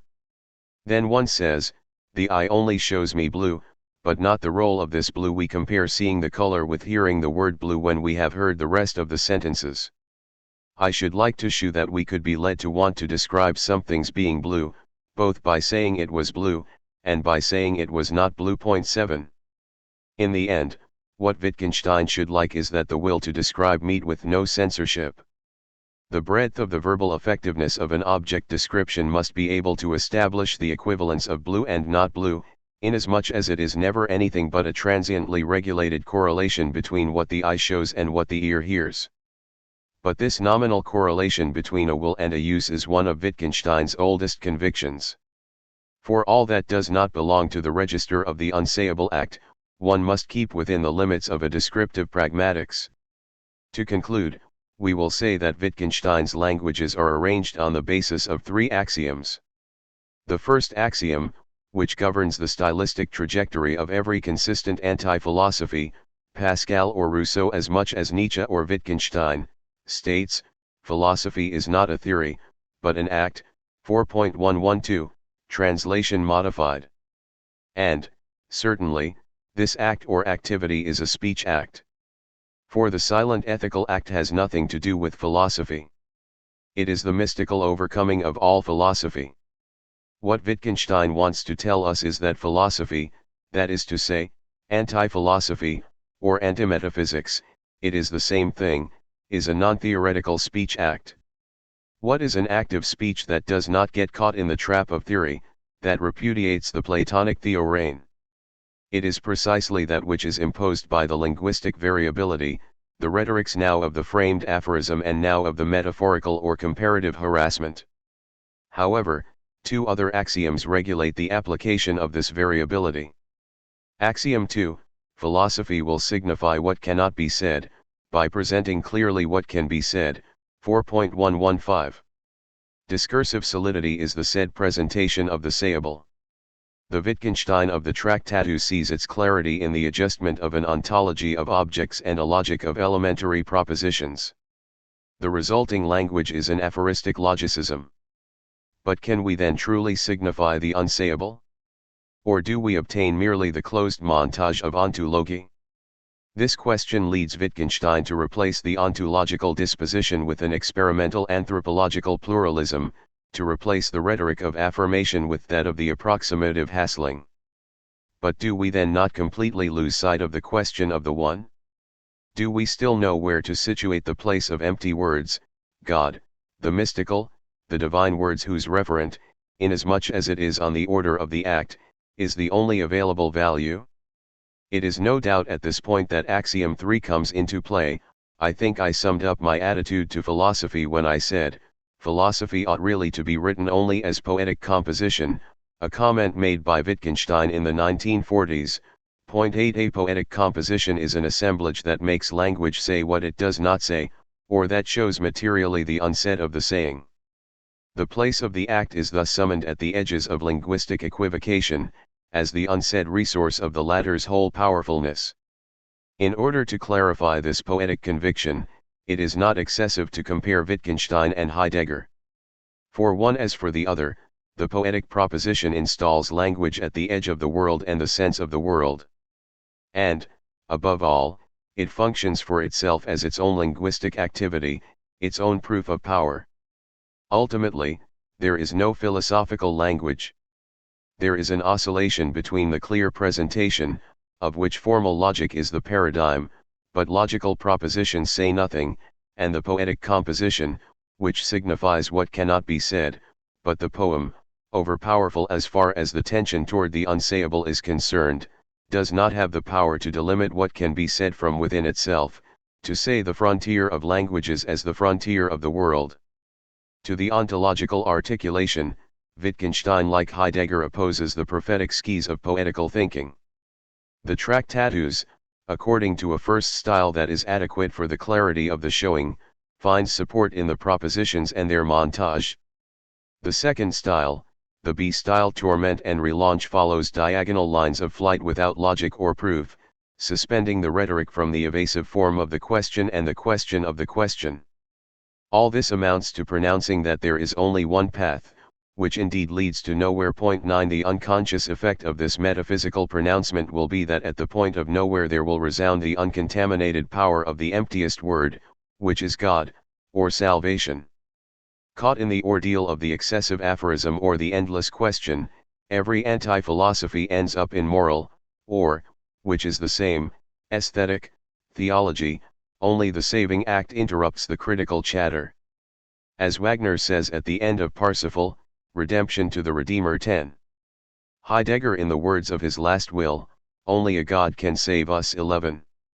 Wittgenstein, in 1937, first you must be redeemed. Then everything will be different, and it will be no wonder if you can do things that you cannot do now 12. At bottom, there are 3 linked theses about language common to both Wittgenstein and Heidegger. 1. Logic says nothing, and mathematics is not a thought. Philosophy, therefore, as far as its founding distinction is concerned, which is that of sense and of truth, cannot in any way have confidence in the matheme, that language which is not a language. 2. The poem signifies being, and registers the immanence of the act. But it is only the guardian of this immanence, its composition in retreat. Philosophy as such, which is also the critique of the pure worldhood of the world, cannot identify itself absolutely with poetic speech. 3. Salvation, which is of the order of an interior event within its own thought, must be attached to the semantic constellation organized by the word God, which is the word of the absence of words. These three certitudes, all three of them anti-Platonic, clarify, I believe, the languages of Wittgenstein and what we can surely call their latent despair.